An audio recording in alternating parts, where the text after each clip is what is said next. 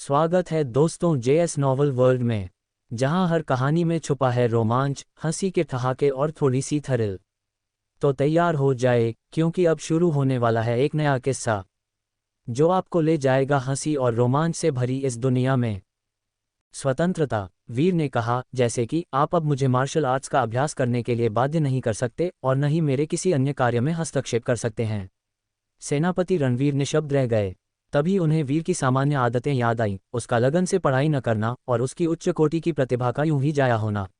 ये कुछ ऐसा था जिसे वह सहन नहीं कर सकते थे, लेकिन उन्होंने अभी अभी वीर से वादा किया था और अब क्या वह अपनी बात से पलट जाएं? उनकी आंखों में द्वंद्व कौंधा और उन्होंने मन ही मन सोचा, वीर की योग्यता के साथ भले ही वह अस्थायी रूप से अभ्यास करना छोड़ दे और अपने पुराने जीवन को जारी रखे, इसका कोई खास प्रभाव नहीं पड़ेगा। जब भविष्य में वह सच्चा उत्तराधिकारी बनेगा, ली परिवार के व्यवसाय को संभालेगा, अपने कंधों पर भार महसूस करेगा और अनगिनत सैनिकों की उत्सुक प्रतीक्षा को महसूस करेगा जो अपना जीवन और आशाएं उस पर सौंप रहे होंगे, तो शायद वह पूरे दिल से अभ्यास में लग जाएगा। इन विचारों के साथ सेनापति रणवीर ने वीर की ओर सिर हिलाया और मुस्कुराते हुए कहा, ठीक है, मैं तुमसे वादा करता हूँ। सचमुच? सचमुच? वीर राहत की सांस लिए बिना नहीं रह सका। ऐसा महसूस हुआ जैसे अंततः उसके दिल से एक बड़ा बोझ हट गया हो। उनके पिता की सख्ती को देखते हुए वह शायद ली परिवार में सबसे पुराने विचारों के थे, किसी भी चाची से ज्यादा कठोर, और अपनी क्षमताओं को उजागर किए बिना उन्हें मनाना मुश्किल था। उनकी शुरुआती इच्छा अपनी क्षमता को जानबूझकर न दिखाने की भी आंशिक रूप से इस डर के कारण थी कि चाचियां उनकी प्रतिभा देखकर उन्हें अभ्यास करने के लिए विवश करेंगी। यह ऐसा है जैसे कोई व्यक्ति जो मिनटों में लाखों कमा सकता है, लेकिन आप उसे लेटे हुए खेल खेलते हुए देखते हैं। ये कैसे स्वीकार्य हो सकता है? बस उसकी स्थिति खास थी, वह खेलने के माध्यम से मिनटों में लाखों कमाने में सक्षम होने जैसा था, लेकिन वह ये समझा नहीं सकता था, और अगर वह समझाता भी तो वे नहीं समझेंगे। तो मैं 5वें काका के साथ शतरंज खेलने जाता हूँ, वीर ने कहा। वह कुछ समय से कला केसरी अकादमी में था, साथ ही नीलांबर नगर में प्रशिक्षण के लिए एक दौरा भी किया था। उसे बूढ़े व्यक्ति से मिले बहुत समय हो गया था, वह अब काफी अकेला महसूस कर रहे होंगे। सेनापति रणवीर की पलकें फड़कीं, निशब्द। वह केवल इतना कह सके, तुम जा सकते हो, लेकिन हमारे पूर्वजों की वीर आत्माओं को परेशान मत करना। चिंता मत करो, मुझे अनुभव है, वीर ने कहा। सेनापति रणवीर लगभग उसकी बातों पर उखड़ पड़े। जैसे ही वीर जाने के लिए मुड़ा, सेनापति रणवीर ने जल्दी से कहा, रुको, हमने अभी अभी बात पूरी नहीं की है। 2 महीने में सच्चे उत्तराधिकारी का निर्धारण होगा। तुम्हें इस अवधि के लिए अच्छी तरह से तैयारी करनी होगी। मैंने तुम्हारे सेनानी युवान चाचा से इसके बारे में पूछा था और तुम्हारा सबसे बड़ा प्रतिद्वंद्वी तुम्हारी दूसरी भाभी का बच्चा होना चाहिए। जैसे ही रानी रुक्मिणी का उल्लेख हुआ, वीर की आंखों में एक ठंडी चमक कौंध गई। उसने सामने खड़े अपने पिता को देखा, जहरीली गोली के बारे में सोचा, बोलना चाहा, लेकिन फिर खुद को रोक लिया। क्या उसे अपने पिता को अभी बताना चाहिए तो यह जरूर झाड़ी में छिपे सांप को चौंका देगा, और वह अभी तक सुनिश्चित नहीं था कि उसके पिता इसे कैसे संभालेंगे। सेनापति रणवीर न केवल एक सामंत और सेनापति थे, बल्कि दंड विभाग के मंत्री भी थे। महान आर्यावर्त साम्राज्य के दंड प्रशासन की देखरेख करते थे, इसलिए उनके निजी अंगरक्षक को दंड सेना टुकड़ी के रूप में जाना जाता था और उन्हें स्वयं दंड युद्ध कानून के सेनापति का खिताब दिया गया था। लेकिन वह स्त्री एक प्रथम श्रेणी की राष्ट्रीय महारानी का सम्मानजनक खिताब धारण करती थी, और दंड विभाग उसे केवल अस्थायी रूप से हिरासत में ले सकता था। अदालत को सूचित करने की आवश्यकता होती थी, जिसमें अपील की कई परतें होती थीं। अगर वे उसे गिरफ्तार करते तो यह जरूर उसके बेटे को सचेत कर देता, उसे सच्चे उत्तराधिकारी के लिए प्रतिस्पर्धा करने से डरकर वापस भागने के लिए मजबूर कर देता, विंध्य पर्वत पीठ के अभयारण्य में छिपने के लिए, जिसे संभालना काफी मुश्किल होगा। इसके अलावा यह एक अत्यधिक संभावित परिदृश्य था।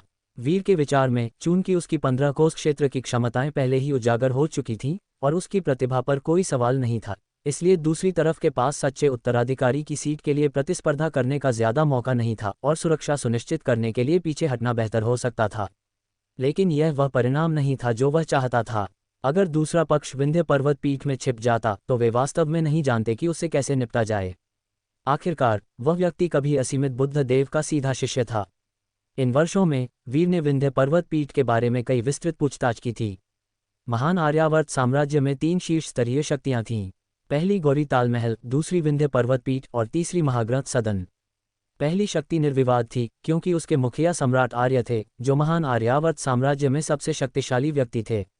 दूसरी विंध्य पर्वत पीठ में असीमित बुद्ध देव थे, जो सम्राट आर्य के बाद दूसरे स्थान पर थे। तीसरी महाग्रंथ सदन हालांकि साहित्यिक पुरुषों और विद्वानों से भरी हुई थी, जिसमें कोई मार्शल शक्ति नहीं थी, उसके पीछे अदालत थी, वह रहस्यमय सर्वशक्तिमान सम्राट आर्य।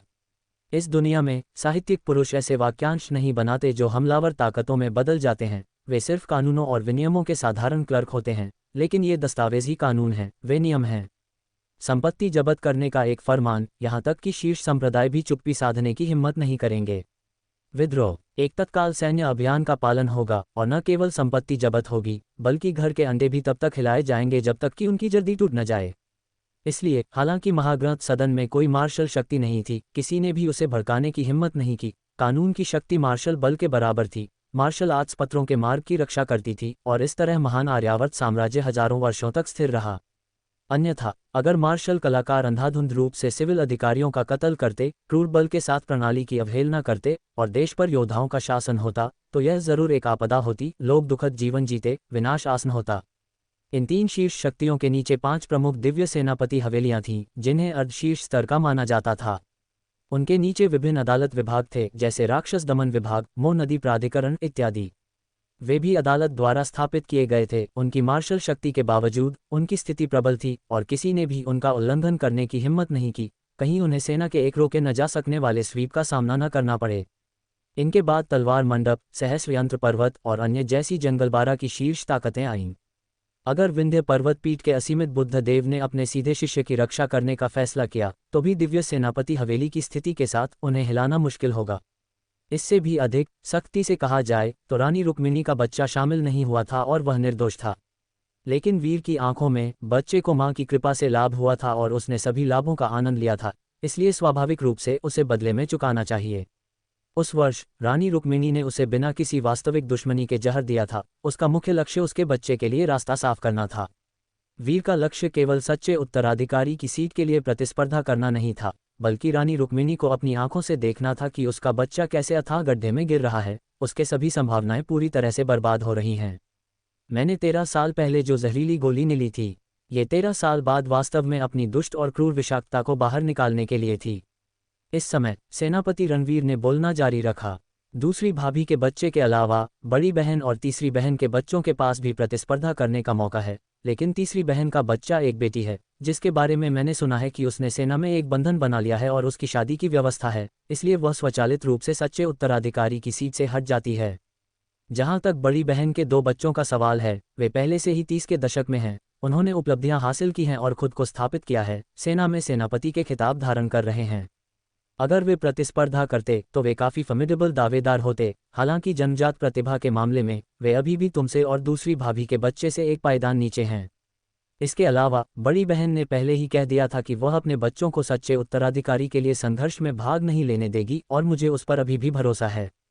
वीर ने सिर हिलाया, वह इन मामलों से भी वाकिफ था। युवराज सूर्यकांत, वह बच्चा शायद तुम्हारी तुलना में प्रतिभा न रखता हो, लेकिन उसने बुद्ध देव के अधीन अध्ययन किया है, बुद्ध देव के पास रहकर अपने चरित्र का निर्माण किया है, और स्वाभाविक रूप से उचित स्वभाव रखता है। कहा जाता है कि वह 17 साल की उम्र में 15 कोस क्षेत्र तक पहुंच गया था, जो तुम्हें छोड़कर काफी प्रभावशाली प्रतिभा को दर्शाता है, सेनापति रणवीर ने कहा। वह खुद उसी समय के आसपास 15 कोस क्षेत्र तक पहुंच गए थे, फिर 19 साल की उम्र में महागुरु बन गए, 23 साल की उम्र में त्रिमूर्ति में कदम रखा। वह पहले से ही अविश्वसनीय रूप से असाधारण था, शीर्ष प्रतिभाओं को एक बड़े अंतर से पीछे छोड़ रहा था। बेशक ये तब था जब उसकी तुलना उनके 9वें भाई से नहीं की गई थी। संपर्कों के मामले में उसके पीछे बुद्ध देव के होने से वह कम नहीं पड़ेगा, और एक और प्लस पॉइंट उसकी प्रतिष्ठा और उपलब्धियां हैं। सेनापति रणवीर ने वीर से जोड़ा, मैंने उसकी स्थिति की जांच की है। वह पहले ही पहाड़ से उतर चुका है, लेकिन वापस नहीं आया है। वह जरूर उपलब्धियां जमा कर रहा होगा, जो उसके लिए एक बोनस पॉइंट होगा। जहां तक तुम्हारा सवाल है, जो ज्यादातर निवास के भीतर रहे हो बिना किसी सैन्य उपलब्धि के, ये तुम्हारी स्थिति को थोड़ा कमजोर कर सकता है, लेकिन ये कोई मुद्दा नहीं है। मैं अगले 2 महीनों के भीतर तुम्हें सीमा पर जाने की व्यवस्था कर रहा हूं, ताकि एक महान दानव का सिर काटा जा सके और इस तरह कुछ सैन्य उपलब्धियां स्थापित की जा सकें। सैन्य उपलब्धियों के बारे में सुनकर वीर हल्के से मुस्कुराया। उसके बगल में सेवक काका भी अपनी हंसी को रोक नहीं पाए। सेनापति रणवीर उनके चेहरों पर अजीब भावों को देखकर भौहें चढ़ाईं और पूछा, क्यों? क्या बात है? वीर नहीं बोला, लेकिन सेवक काका ने सम्मानपूर्वक उत्तर दिया, महाराज, युवा स्वामी की सैन्य उपलब्धियों को काफी पर्याप्त माना जाना चाहिए। हम सेनापति रणवीर और सेनानी युवान दोनों ने चकित भावों के साथ उसकी ओर मुड़े। सेवक काका के चेहरे पर मुस्कान आ गई जैसे उन्होंने कहा, क्या महाराज को याद है कि मुझे युवा स्वामी के क्षेत्र के बारे में कैसे पता चला? ये नीलांबर नगर में था, जहां उन्होंने अकेले ही पूरे शहर को राक्षसों के कहर से बचाया था। इन शब्दों को सुनकर सेनापति रणवीर और सेनानी युवान चकित और कुछ हद तक अचंभित थे। उन्होंने वीर की ओर देखा, पूरे शहर को बचाया। वह एक जबरदस्त उपलब्धि थी। निरंतर युद्ध के अनुभवी होने के नाते वे सभी गुणों की गणना से बहुत परिचित थे। वीर, तुमने वास्तव में? सेनापति रणवीर ने अत्यधिक आश्चर्य के साथ वीर की ओर देखा। उनकी आंखों में उत्साह और खुशी झलक रही थी। उनके बेटे के लिए उनका स्नेह काफी बढ़ गया था। उन्होंने सोचा था कि वीर स्वाभाविक रूप से आलसी है, केवल मनोरंजन में लगा हुआ है, लेकिन कौन उम्मीद करता कि वह इतनी चतुराई से ऐसा उद्यम हासिल करेगा। सेनानी युवान ने भी प्रशंसा के साथ वीर की ओर देखा। उनकी आंखों में अनुमोदन झलक रहा था। लोगों को गंभीर संकट से बचाना वास्तव में उपलब्धियां हासिल करना और खुद को स्थापित करना था। युवा स्वामी के गुणों के लिए पुरस्कार जल्द ही जयपुर पहुंच रहे होंगे, सेवक काका ने मुस्कुराते हुए कहा। वे भी इसका इंतजार कर रहे थे। उत्कृष्ट, उत्कृष्ट, उत्कृष्ट। सेनापति रणवीर ने शब्द को 3 बार दोहराया और जोर से हंस पड़े। इसके साथ सच्चे उत्तराधिकारी की सीट लगभग सुरक्षित है। सेनापति रणवीर पूरी तरह से आश्वस्त थे। शीर्ष स्तरीय प्रतिभा और ऐसी महत्वपूर्ण उपलब्धियों के साथ, भले ही वीर का स्वभाव कुछ हद तक तुच्छ और सबसे अच्छा न हो, ऐसी प्रभावशाली उपलब्धि में सक्षम होना अन्य पहलुओं में ताकत को इंगित करता था, जो पर्याप्त से अधिक था। इस तरह के अंतर को पाटना मुश्किल होगा। भले ही दूसरी भाभी का बच्चा सैन्य उपलब्धियां स्थापित करने के लिए जाता, सिर्फ 2 छोटे महीनों में गुणों के लिए ऐसे अवसर का सामना करना असंभव होगा। उपलब्धियां बनाना कुछ ऐसा नहीं है जो सिर्फ उत्पन्न होता है। भले ही कोई सीमा पर उन्हें हासिल करने के लिए जाता, ली परिवार की सीमाएं, सिवाय उत्तरी यान के, ज्यादातर शांत और परेशानियों से मुक्त थीं। अन्य सीमाओं पर जाना मामलों को जटिल कर देगा। इसके अलावा सीमा पर पहचान अर्जित करना आसान नहीं है। हजारों, यहाँ तक कि लाखों दानव पशु ज्वारों के बीच 15 कोस क्षेत्र कितना मायने रखेगा? हजारों राक्षसों को कमांड करने में सक्षम नेता दिव्य जन महागुरु के स्तर पर होने की संभावना है। वीर ये सुनकर बोला, अगर ऐसा है तो क्या इसका मतलब है कि मेरे लिए कुछ भी बचा नहीं है? सेनापति रणवीर अभी अभी हंस चुके थे जब उन्होंने ये शब्द सुने। उन्हें तुरंत असहायता महसूस हुई। इस बच्चे को कई वर्षों से अनुशासित नहीं किया गया था और वह वास्तव में बहुत आलसी था। अगर तुम अभ्यास नहीं कर रहे हो तो तुम क्या करना चाहते हो? सेनापति रणवीर ने पूछा। जो कुछ भी मन में आता है, जैसे चित्रकारी, सितार बजाना या कविता लिखना, वीर ने उत्तर दिया। सेनापति रणवीर का मुंह मरोड़ गया। इनमें से कोई भी चीज उन्हें पसंद नहीं थी। अगर वीर ने ये पहले कहा होता तो वह इसे अस्वीकार कर देते, लेकिन वीर से किए गए अपने हालिया वादे को याद करते हुए वह केवल खुद को रोक सके और आह भरी, ठीक है, जैसा तुम चाहो, मैं अपना वचन रखूंगा। अच्छा, उन्हें ये कहते सुनकर राहत मिली। वीर को भी राहत मिली। दूसरे व्यक्ति इन गतिविधियों की सराहना नहीं कर सकते हैं, लेकिन वह अब समझ की तलाश नहीं कर रहा था, बस अनुमति की। फिर उसने विदा ली। 5वें मास्टर के साथ शतरंज खेलने का इरादा किया। सेनापति रणवीर ने उसे नहीं रोका और वीर को जाने दिया। एक बार वीर के चले जाने के बाद सेनापति रणवीर सेनानी युवान की ओर मुड़े और आह भरी, मुझे नहीं पता कि यह बच्चा वास्तव में कब बड़ा होगा। सेवक काका मुस्कुराए और बोले, महाराज, वास्तव में युवा स्वामी अपनी उम्र के अन्य बच्चों की तुलना में पहले से ही बहुत अधिक बुद्धिमान और परिपक्व हैं। उनका 5वें काका को ढूंढने जाना सिर्फ खेलने के लिए नहीं, बल्कि संगत के लिए हो सकता है। सेनापति रणवीर चकित थे। उनके विचार वंश भवन में अकेले बूढ़े व्यक्ति और उनकी एकाकी शतरंज की बिसात की ओर मुड़ गए। उनका भाव बदल गया और वह चुप हो गए। कई दिन बाद वीर का पुरस्कार वास्तव में प्रदान किया गया। शहर की वीर की सराहनीय रक्षा, 10 लाख से अधिक निवासियों की रक्षा के आलोक में उन्हें 3रे दर्जे के अर्ल का खिताब दिया गया। एक शहर को उनकी जागीर के रूप में प्रदान किया गया। इसके अलावा 10 संदूक गहने और सोना, 15 कोस क्षेत्र से दिव्य हथियारों और कवच का एक सेट। हथियारों, कवच और खिताब की तुलना में ये खजाने सिर्फ अतिरिक्त पुरस्कार थे। ठीक वैसे ही जैसे ली जूनियर के मारे जाने पर पुरस्कारों में आर्य नागमोहर और 10 बुशेल सोना शामिल था। सोना सिर्फ एक अतिरिक्त था जिसका उल्लेख करने लायक नहीं था। असली पुरस्कार आर्य नागमोहर थी। यह एक जीवन रक्षक तावीज था। 3 आर्य नागमोहर का मतलब था मौत से 3 माफी, जो योग्यता की महानता को दर्शाता था। पुरस्कार समारोह समाप्त होने के बाद वीर ने अदालत के उस शीर्ष छात्र से शाही फरमान और अपना पुरस्कार लिया, सिर झुकाया और अपना आभार व्यक्त किया। ये खबर तुरंत पूरे निवास में फैल गई और यह बाहर जयपुर तक भी चली गई। ली परिवार के युवा स्वामी केवल 14 साल की उम्र में अर्ल के खिताब से सम्मानित किए गए और उनकी अपनी जागीर थी। इसके अलावा वीर की सराहनीय रक्षा पूरे शहर में जानी जाती थी, जिसे जनता द्वारा लगातार सराहा गया। ये देखकर आश्चर्य हुआ कि वह ली परिवार के नाम पर खरा उतरा। कुछ को अभी भी लगभग 10 साल पहले की अफवाहें स्पष्ट रूप से याद थीं, जिसमें आरोप लगाया गया था कि ली परिवार का युवा स्वामी एक मार्शल आर्ट्स पंथ था। अब उसे देखकर ये स्पष्ट था कि वे केवल भ्रामक अफवाहें और बदनामी थीं। वीर का नाम अब पूरी तरह से जयपुर में गूंज रहा था और यहाँ तक कि दूर दराज के स्थानों तक भी फैल रहा था। निवास के भीतर विभिन्न महलों की महिलाएं ये खबर सुनकर स्तब्ध रह गईं। हीरा रानी कुछ हद तक चौंक गईं। जब से सेनापति रणवीर की वापसी हुई थी, वीर के बारे में जो जानकारी सामने आई थी वह एक के बाद एक थी और वह लगभग अभिभूत थीं। क्या यह अभी भी वही बच्चा था जिसके बारे में वह इतनी चिंतित थीं? वह इतना चमकदार था कि वह मुश्किल से सीधे उसकी ओर देख सकती थीं। वह बच्चा, वह प्याओशुए अखाड़ा में राजेश्वरी खबर पर पूरी तरह से विश्वास नहीं कर सकी। वर्षों पहले अपने बच्चे को वीर से दूरी बनाए रखने की जो सलाह उन्होंने दी थी, उसे याद करते हुए उन्हें पछतावा महसूस हुआ। उनके बगल में ली शुवान ली खबर सुनकर उत्साहित थे, प्रशंसा में अपनी जीभ को क्लिक करते हुए। पुराने 7वें का बच्चा होने के योग्य ऐसा असर ये वास्तव में पुराने 9वें के दिनों से कम नहीं है। नहीं, 14 साल की उम्र में पुराने 9वें इतने चमकदार नहीं थे। अद्भुत, पुराने 7वें में वास्तव में बच्चे पैदा करने का उपहार है। राजेश्वरी की भौहें चढ़ गईं जब उन्होंने ये सुना और उन्होंने उसकी कमर के चारों ओर नर्म मांस का एक मुट्ठी पकड़ा, अपने दांत पीसते हुए। ली शुवान ली, तुम्हारा मतलब क्या है? क्या तुम कह रहे हो कि मैं बच्चे पैदा नहीं कर सकती? ली शुवान ली चकित थे। तुरंत अपनी जुबान फिसलने का एहसास हुआ और अपनी शक्ति से विरोध करने की हिम्मत नहीं की। लगातार विनती करते रहे, महारानी मैं गलत था, ये जुबान फिसल गई थी, एक शुद्ध जुबान फिसल गई थी। मुझे लगता है कि तुमने अभी अभी अपने सच्चे विचार बोले हैं। महारानी आप ऐसा कैसे कह सकती हैं? मैं अपने ही बच्चों से कभी ऊब नहीं सकता था। मेरे लिए वे तीनों उत्कृष्ट हैं, किसी से अतुलनीय। हम जलकुंज अखाड़ा के भीतर।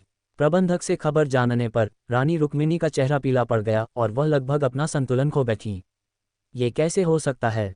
सिर्फ 14 साल की उम्र और उसे अर्ल बनाया जा रहा है। भले ही उसने पूरे शहर की आबादी को बचाया हो, इसका मतलब नाइट और बैरन के पद को सीधे छोड़ना नहीं होना चाहिए। सिर्फ एक बैरन होना पहले से ही काफ़ी उल्लेखनीय है, तो उसे अर्ल क्यों बनाया जाएगा? ध्यान रखें, यहाँ तक कि हीरा रानी के बच्चे जो वर्षों पहले सेना में शामिल हुए थे, अब केवल अर्ल हैं और वीर इस साल सिर्फ 14 साल का है। रानी रुक्मिणी ने निराशा में अपने दांत भींचे, आंतरिक रूप से मूर्ख सम्राट को कोसते हुए।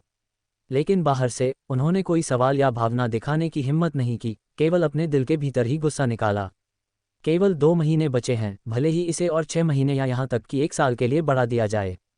उनका बेटा युवराज सूर्यकांत अर्ल के बराबर का गुण कहाँ पाएगा? गुण हासिल करना सिर्फ ताकत पर नहीं, बल्कि अवसर पर भी निर्भर करता है। सीमा पर जाना, वह बहुत खतरनाक है। थोड़ी देर बाद रानी रुक्मिणी ने अपना मन शांत किया, ये सोचते हुए कि यह एक राहत थी कि योग्यता सिर्फ एक बोनस थी, न कि निर्णायक कारक। विंध्य पर्वत पीठ ने पहले ही एक संदेश वापस भेज दिया था, उसे चिंता न करने के लिए कहा था कि युवराज सूर्यकांत को वापस बुलाया गया था और उसे सच्चे उत्तराधिकारी का खिताब हासिल करने में मदद मिलेगी। अब रानी रुक्मिणी केवल असीमित बुद्ध देव की अपार शक्तियों पर अपनी उम्मीदें रख सकती थीं। समय तेजी से उड़ा। ली परिवार के सच्चे उत्तराधिकारी के फैसले की घोषणा के बाद से बाहरी दुनिया बहुत उत्तेजित हो गई। अपने संप्रदाय से समन प्राप्त करने के बाद गर्वित युवक युवराज सूर्यकांत ने स्थिति का निरीक्षण करने के लिए अपने परिवार में लौटने की योजना बनाई थी, लेकिन अब उन्हें पहले अपने संप्रदाय में लौटना पड़ा। जल्द ही उनके संप्रदाय में लौटने के बाद उन्हें पता चला कि उनके चचेरे भाई वीर को 3रे दर्जे का अर्ल बनाया गया था। इसने उनके गर्व को पूरी तरह से तोड़ दिया और उनका भाव बदसूरत हो गया। उन्होंने पहले जो महान दानव को मारने का गुण हासिल किया था, उसके परिणामस्वरूप भी एक पुरस्कार मिला था, लेकिन वह केवल प्रथम श्रेणी का नाइट था। सामान्य तौर पर यह पहले से ही बेहद प्रभावशाली होता, 3रे दर्जे और 2रे दर्जे के नाइट को छोड़कर। लेकिन वीर की तुलना में अभी भी 3 पूरे पद का अंतर था, एक पूरा बैरन। परिवार के भीतर एक चचेरे भाई के रूप में अपनी पहचान को एक तरफ रखते हुए उन्हें सिर झुकाना होगा और सम्मानपूर्वक वीर को महाराज अर्ल कहकर संबोधित करना होगा और अभिवादन में झुकना होगा। क्या अपमान है! इन झटकों के तहत अपने गुरु की मदद का सामना करते हुए युवराज सूर्यकांत ने मना करना चाहा था, खुद पर भरोसा करने के लिए। लेकिन अब वह केवल सहमत हो सके। उन्होंने बहुत से लोगों की आशाएं वहन की थीं।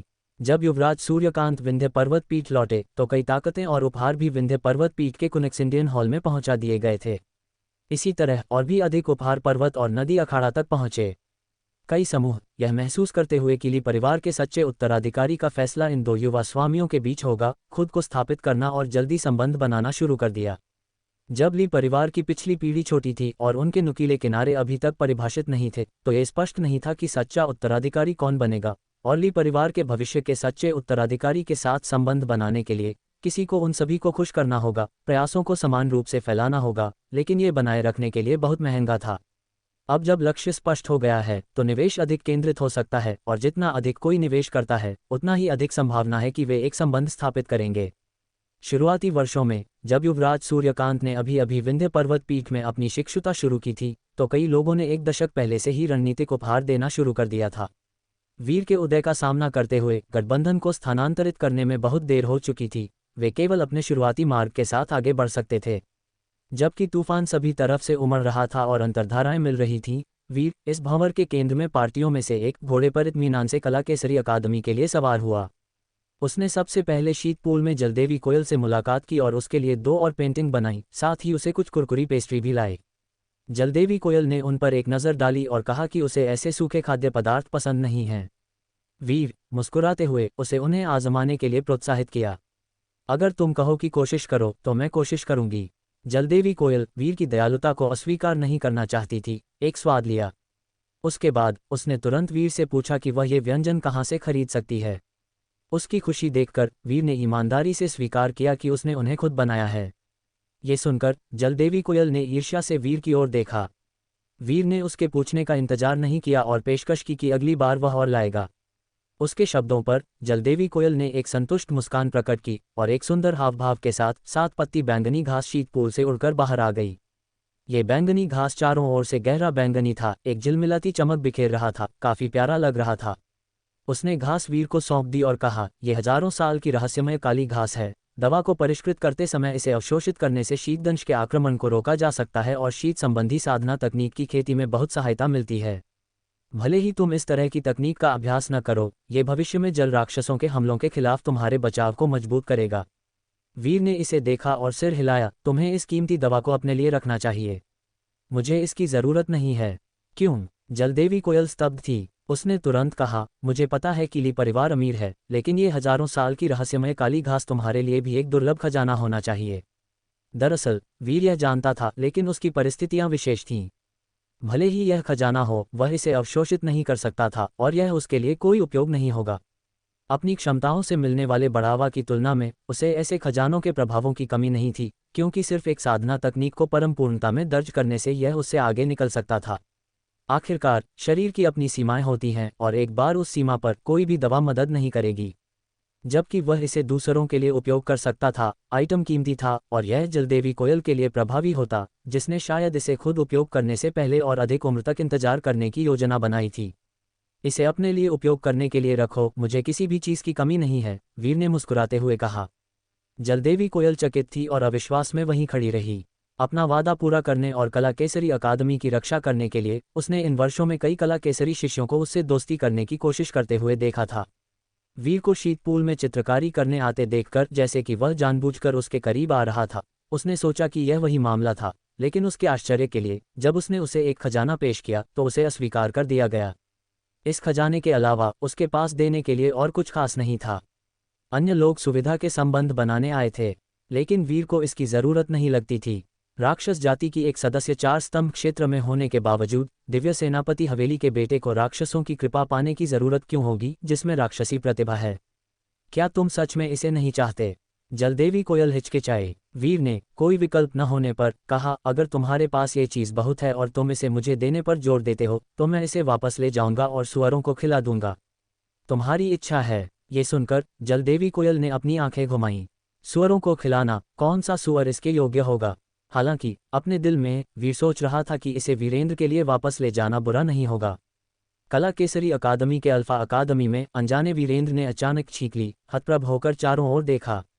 कौन मुझे शाप दे रहा है? क्या वह दुष्ट वीरांग हो सकता है?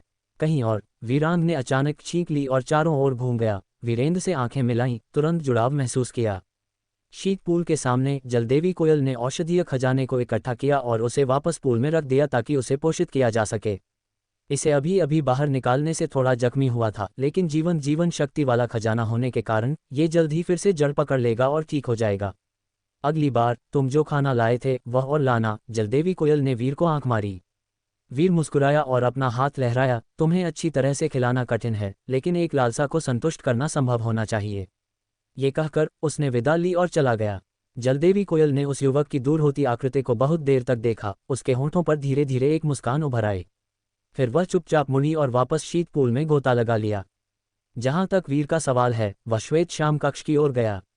उसने पहले कुलपति सोमेश को सूचित किया था कि वह आज पढ़ाना चाहता है। चूंकि उसने एक नामात्र के प्रशिक्षक की भूमिका निभाई थी, इसलिए उसे अपने कर्तव्यों को पूरा करना चाहिए, खासकर जब वह इस समय स्वतंत्र था। जब वीर श्वेत श्याम कक्ष पहुंचा तो उसने अचानक अंदर से एक चिल्लाहट सुनी, बाहर निकलो, दरवाजे के बाहर खड़े हो जाओ। दिन रात तुम क्या बेतुकापन लिख रहे हो? तुम यहाँ मार्शल आर्ट सीखने आए हो या पढ़ने के लिए? अगर ये तुम्हारे पिता के चेहरे के लिए नहीं होता और तुम्हारे पिता के ईमानदारी से अनुरोध के लिए नहीं होता, तो तुम्हारी प्रतिभा के साथ तुम श्वेत श्याम कक्ष में कैसे भर्ती हो सकते थे? अगर तुम बाहरी अल्फा अकादमी में रह सकते तो वह काफ़ी अच्छा होता। वीर चौंक गया और उसका भाव थोड़ा अजीब हो गया। ये भाषण, यह अपेक्षाओं के बिल्कुल विपरीत लग रहा था। यह ऐसा था जैसे वह कह रहा हो, तुम किताबें क्यों पढ़ रहे हो, ये पी कक्षा है। पी कक्षा? क्या तुम मुझे सुनते हो? मैदान में जाओ। क्या ये थोड़ा बहुत ताज़ा नहीं है? हालांकि ये जगह कला केसरी अकादमी है, जहां साहित्यिक अध्ययनों को स्वाभाविक रूप से तिरस्कृत किया जाता है। वीर अंदर कदम रखा। श्वेत श्याम कक्ष में दो अलग अलग हॉल शामिल थे, श्याम कक्ष और श्वेत कक्ष। श्याम कक्ष आत्मा उत्तराधिकार क्षेत्र में शिष्यों के लिए और श्वेत कक्ष दिव्य यात्रा क्षेत्र में शिष्यों के लिए। कुलपति सोमेश ने वीर से श्वेत कक्ष में पढ़ाने का अनुरोध किया था, जिसका वह अब सामना कर रहा था। श्याम कक्ष से दूर नहीं, इसलिए इसे सामूहिक रूप से संदर्भित किया जाता था। चारों ओर देखते हुए श्वेत कक्ष का आंतरिक भाग बेहद विशाल था, फिर भी केवल 50 सीटें थीं, बड़े करीने से व्यवस्थित, न तो अधिक और न ही कम। अंदर वीर ने एक परिचित आकृति देखी, सुनैना। वह सामने बैठी थी, वही श्वेत कक्ष की वर्दी पहने हुए, फिर भी एक सुंदर दृश्य की तरह स्ट्राइकिंगली अलग दिख रही थी। छात्रों के सामने एक 20 के दशक का युवक अपना सिर लटकाए हुए, उसका चेहरा लालिमा और शर्मिंदगी से भरा हुआ था, एक व्याख्यान प्राप्त कर रहा था। उसे डांटने वाला एक सफ़ेद बालों वाला बूढ़ा शिक्षक था, स्वाभाविक रूप से श्वेत कक्ष का व्याख्याता। वीर कुछ हद तक हैरान था। ये युवक, हालांकि दिव्य यात्रा क्षेत्र में था, अगर उसे अकादमी के बाहर जंगलबारा में फेंक दिया जाता तो उसे अपने आप में एक दुर्जेय व्यक्ति माना जाता। फिर भी यहाँ उसे एक प्राथमिक विद्यालय के छात्र की तरह व्याख्यान दिया जा रहा था। अगर मैंने तुम्हें फिर से कक्षा में उन बेकार किताबों को लाते हुए पकड़ा तो तुम न आना ही बेहतर होगा। एक सड़े हुए सेब से पूरे बैच को खराब मत करो। बाहर निकलो, बाहर खड़े हो जाओ। बूढ़े व्यक्ति का गुस्सा बेहद अस्थिर था, क्योंकि वह गुस्से में चिल्लाया। युवक का चेहरा लाल था, क्योंकि उसने अपने दांत काटे और बाहर चला गया, लेकिन जब वह दरवाजे पर पहुंचा और वीर को देखा तो वह अपने कदमों पर रुक गया। इस क्षण अन्य छात्रों ने भी नवागंतुक वीर को देखा। ये वह है। सुनैना हैरान थी, फिर उसे याद आया कि उसके दादा ने क्या कहा था। उसकी आंखें चमक उठीं। क्या वह व्याख्यान देने आया था? उसे विश्वास नहीं था कि वीर कुछ भी गहरा सिखा सकता है। हालांकि वह 15 कोस क्षेत्र में उन्नत था और उससे साधना स्तर में ऊपर था। एक उच्च साधना स्तर होने का मतलब यह नहीं था कि वह दूसरों को सिखा सकता था, अकेले ही कि वीर केवल 14 साल का था। उसकी आंखों में सिर्फ एक छोटा भाई। अरे, ये व्यक्ति परिचित लगता है। सुनैना की करीबी दोस्त चारुशीला ने आश्चर्य में कहा। महसूस किया कि उसने उसे पहले कहीं देखा होगा। सुनैना ने एक अजीब सी मुस्कान दी। उसने चारुशीला को उल्लेख नहीं किया था कि वीर ही वह था जो उस दिन मो नदी से गुजरा था। उन्हें न पहचानने में कोई आश्चर्य नहीं था। सामान्य दिनों में उन पुरुषों की शक्ल कैसी थी, इस पर किसने ध्यान दिया? वे सिर्फ मिट्टी और पेड़ों के गुच्छे थे। यह आदमी कौन है? वह जवान दिखता है, क्या वह यहाँ नया है? आसपास के छात्रों ने आपस में फुसफुसाया। वह युवक जो वीर से टकराया था फिर से लाल हो गया। एक नवागंतुक के सामने चेहरा खोने की उम्मीद नहीं थी। वह कुछ हद तक हैरान भी था। यह नया साथी काफ़ी जवान लग रहा था। उसे किसी महान परिवार का युवा स्वामी होना चाहिए। अभी भी वहां क्यों खड़े हो? बाहर खड़े होने के लिए अभी तक नहीं गए? पीछे से गुस्से भरी चिल्लाहट आई और युवक ने जल्दी से बाहर चला गया। उस क्षण बुजुर्ग शिक्षक ने भी वीर को देखा और तुरंत उसे पहचान लिया। वह वहां मौजूद थे जब वीर को पहले श्वेत श्याम कक्ष में प्रवेश करने की विशेष अनुमति दी गई थी। पिछले कुछ दिनों में वीर का नाम पूरे जयपुर शहर में था। एक 14 साल का अर्थ सभी के लिए सनसनीखेज। वीर आ गए हैं, क्या आप आदान प्रदान करने के लिए यहाँ हैं? कृपया अंदर आइए, बुजुर्ग आचार्य सूर्यदत्त ने कहा। उनका क्रोध गायब हो गया और एक मुस्कान दिखाई दी। वीर के साथ अत्यंत विनम्रता से व्यवहार कर रहे थे। रवैया में ये कठोर विपरीतता नीचे के छात्रों को पूरी तरह से चकित कर गई। उनके मुंह खुले रह गए। उन्होंने बूढ़े पटाखा को इतना विनम्र कब देखा था? शायद केवल जब कुलपति कभी कभी दिखाई देते थे, है ना? हाँ नमस्ते, वीर ने मुस्कुराते हुए जवाब दिया, आदत से हाथ मिलाने के लिए आगे बढ़ते हुए। जैसे ही उन्होंने हाथ मिलाया, उनके दूसरे हाथ ने दूसरे आदमी के हाथ के पीछे को ढंक लिया और उसे एक हिला दिया। आचार्य सूर्यदत्त कुछ हद तक हैरान थे, लेकिन उन्होंने इसके बारे में ज्यादा नहीं सोचा, और जैसे ही उन्होंने जाने दिया, वह नीचे के छात्रों की ओर मुड़े और बोले, हर कोई, यह अकादमी में नए नामात्र के प्रशिक्षक हैं, ली परिवार के युवा स्वामी वीर हुश। जैसे ही वीर नाम की घोषणा की गई, जो छात्र शुरू में हैरान, पजल्ड और उत्सुक थे, अचानक एक हंगामा फूट पड़ा। पिछले कुछ दिनों में पूरे शहर में इस नाम के मालिक के बारे में बात हो रही थी। चाय घर, रेस्तरां और यहाँ तक कि वेश्यालय और सराय भी वही थे। वीरों की दुनिया के बीच फेंक दिया जाना, ये केवल एक छोटे पत्थर को फेंकने जैसा हो सकता है, जिससे लहरें पैदा होती हैं जो अभी तक दूर तक नहीं फैली हैं। लेकिन जयपुर शहर के भीतर ये लगभग एक घरेलू नाम था। 15 कोस क्षेत्र में एक 14 साल का, 1000 वर्षों में एक बार होने वाला कौतुक। ऐसा जीवित किंवदंती वास्तव में उनकी आंखों के सामने था। भीड़ की आंखें चौड़ी हो गईं क्योंकि उन्होंने वीर को देखा जैसे वह एक अमूल्य खजाना हो। वीर कुछ हद तक असहाय था, लेकिन ऐसी प्रतिक्रिया की उम्मीद थी, इसलिए वह केवल इसका आदी हो सकता था। चूंकि आप सभी मेरे बारे में जानते हैं, इसलिए मैं आत्मा परिचय छोड़ दूंगा। वीर ने मुस्कुराते हुए कहा, आप क्या सीखना चाहते हैं? तलवारबाजी, मुट्ठी की तकनीक, आंदोलन की तकनीक। क्या आप तलवारबाजी सिखाने जा रहे हैं? वीर के शब्दों को सुनकर सुनैना की आंखें चमक उठीं, क्योंकि उनमें से अधिकांश तलवारबाजी का अभ्यास करते थे। वीर जानता था कि तलवारबाज और चाकू उपयोगकर्ता भाषा और गणित की तरह थे, मुख्य विषय, व्यापक श्रेणियां। अधिकांश मार्शल कलाकार इन दो प्रकारों के लिए अपने अध्ययन समर्पित करते थे। प्राचीन काल से चली आ रही तलवार और चाकू नियमावलियों की संख्या भी सभी साधना तकनीकों में सबसे बड़ी थी। अगर तुम सीखना चाहते हो तो मैं सिखाऊंगा, वीर ने मुस्कुराते हुए कहा। क्या आप हमें वर्षा श्रावण मीनार की तलवारबाजी सिखाने जा रहे हैं? एक साहसी युवक ने उम्मीद से पूछा। वे सभी अच्छी पृष्ठभूमि वाले महान परिवारों से थे। अपनी अकादमी की पढ़ाई पूरी करने के बाद वे या तो जंगलबारा में अपना नाम बनाएंगे या पारिवारिक व्यवसायों को संभालने के लिए लौट आएंगे। दिव्य यात्रा क्षेत्र में एक साधना स्तर के साथ वे कई खतरों को दबा सकते थे, अपने क्षेत्र के भीतर अधिक दुर्जय अस्तित्वों में से थे। क्षमा करें, पारिवारिक रहस्यों को साझा नहीं किया जाना चाहिए, वीर ने मुस्कुराते हुए कहा। आचार्य श्वेत के अधीन आप जिस भी तलवारबाजी का अभ्यास कर रहे हैं, मैं आपको वह सिखा सकता हूं। अगर आपने इसे नहीं सीखा है तो आप कैसे सिखा सकते हैं? किसी ने आश्चर्य में कहा। महसूस किया कि वीर का बयान बहुत आकस्मिक था, जिसने तुरंत उसके बारे में उनकी धारणा को बदल दिया। अब सीखना बहुत देर नहीं हुई है, वीर ने मुस्कुराते हुए कहा। क्या किसी के पास कोई नियमावली है? मुझे एक पल के लिए उधार दो। इन शब्दों पर हर कोई चकित था और फिर कुछ असंतोष सतह पर आने लगा। वीर की घोषणा को बहुत अभिमानी के रूप में देखा गया, जो हाथ में पाठ के लिए कोई सम्मान नहीं दिखा रहा था। उनकी शुरुआती उम्मीदें अचानक हवा निकल गईं। सुनैना ने थोड़ा भौहें चढ़ाईं। वीर के बारे में उनकी राय बदल गई, उन्हें बहुत अभिमानी माना। वीर, हम वास्तव में सीखना चाहते हैं, किसी ने अच्छे इरादे से उसे याद दिलाया। अगर ऐसा है तो जल्दी से शुरू करते हैं। क्या किसी के पास तलवार नियमावली है? वीर ने पूछा। ये देखकर कि वीर अपने ही इरादे पर काम करना जारी रखता है, शेष कुछ भ्रमित हो गए। उसके जवाब पर भौहें चढ़ाईं। क्या एक तलवार नियमावली से कुछ चीज़ों को लापरवाही से इंगित करना सिखाना माना जाता था? भले ही वह अच्छी तरह से सिखाए या नहीं, लेकिन उसका रवैया भयानक था। सुनैना की आंखों में निराशा स्पष्ट थी। उसकी विलक्षण प्रतिभा वास्तविक थी, लेकिन उसका अहंकार भी था। सभी छात्र असंतोष के भाव पहने हुए थे, लेकिन किसी ने भी अपने विचारों को आवाज नहीं दी। अगर वह नहीं सिखाने जा रहा था तो भूल जाओ। ये कार्य किस लिए था? क्या दिव्य सेनापति हवेली का युवा स्वामी इतना उल्लेखनीय था?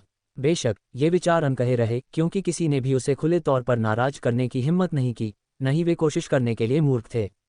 वीर ने चारों ओर देखा, उनके भावों का अवलोकन किया। वह तुरंत जानता था कि वे क्या सोच रहे थे और कुछ हद तक असहाय महसूस किया। उसकी नज़र सुनैना पर टिकी। सुनैना, तुम्हारे पास तलवार नियमावली है ना? मुझे एक नज़र डालने दो। सुनैना, वीर द्वारा एकल किए जाने पर थोड़ी अप्राकृतिक लग रही थी, खासकर अपने आसपास के लोगों की जांच के तहत। उसने भौहें चढ़ाईं और कहा, मैं नियमावली नहीं लाई क्योंकि उस तलवार तकनीक का मेरा अभ्यास लगभग पूर्णता पर है। तो मुझे एक नियमावली ढूंढो, वीर ने निर्देश दिया।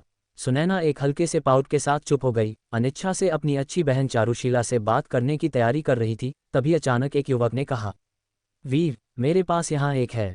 इसके साथ वह जल्दी से भागा और तलवार नियमावली वीर को सौंप दी, उस पर मुस्कुराते हुए। वीर, मेरा नाम मयंक है। उसने अपने चेहरे पर कुछ चापलूसी का भाव पहना था।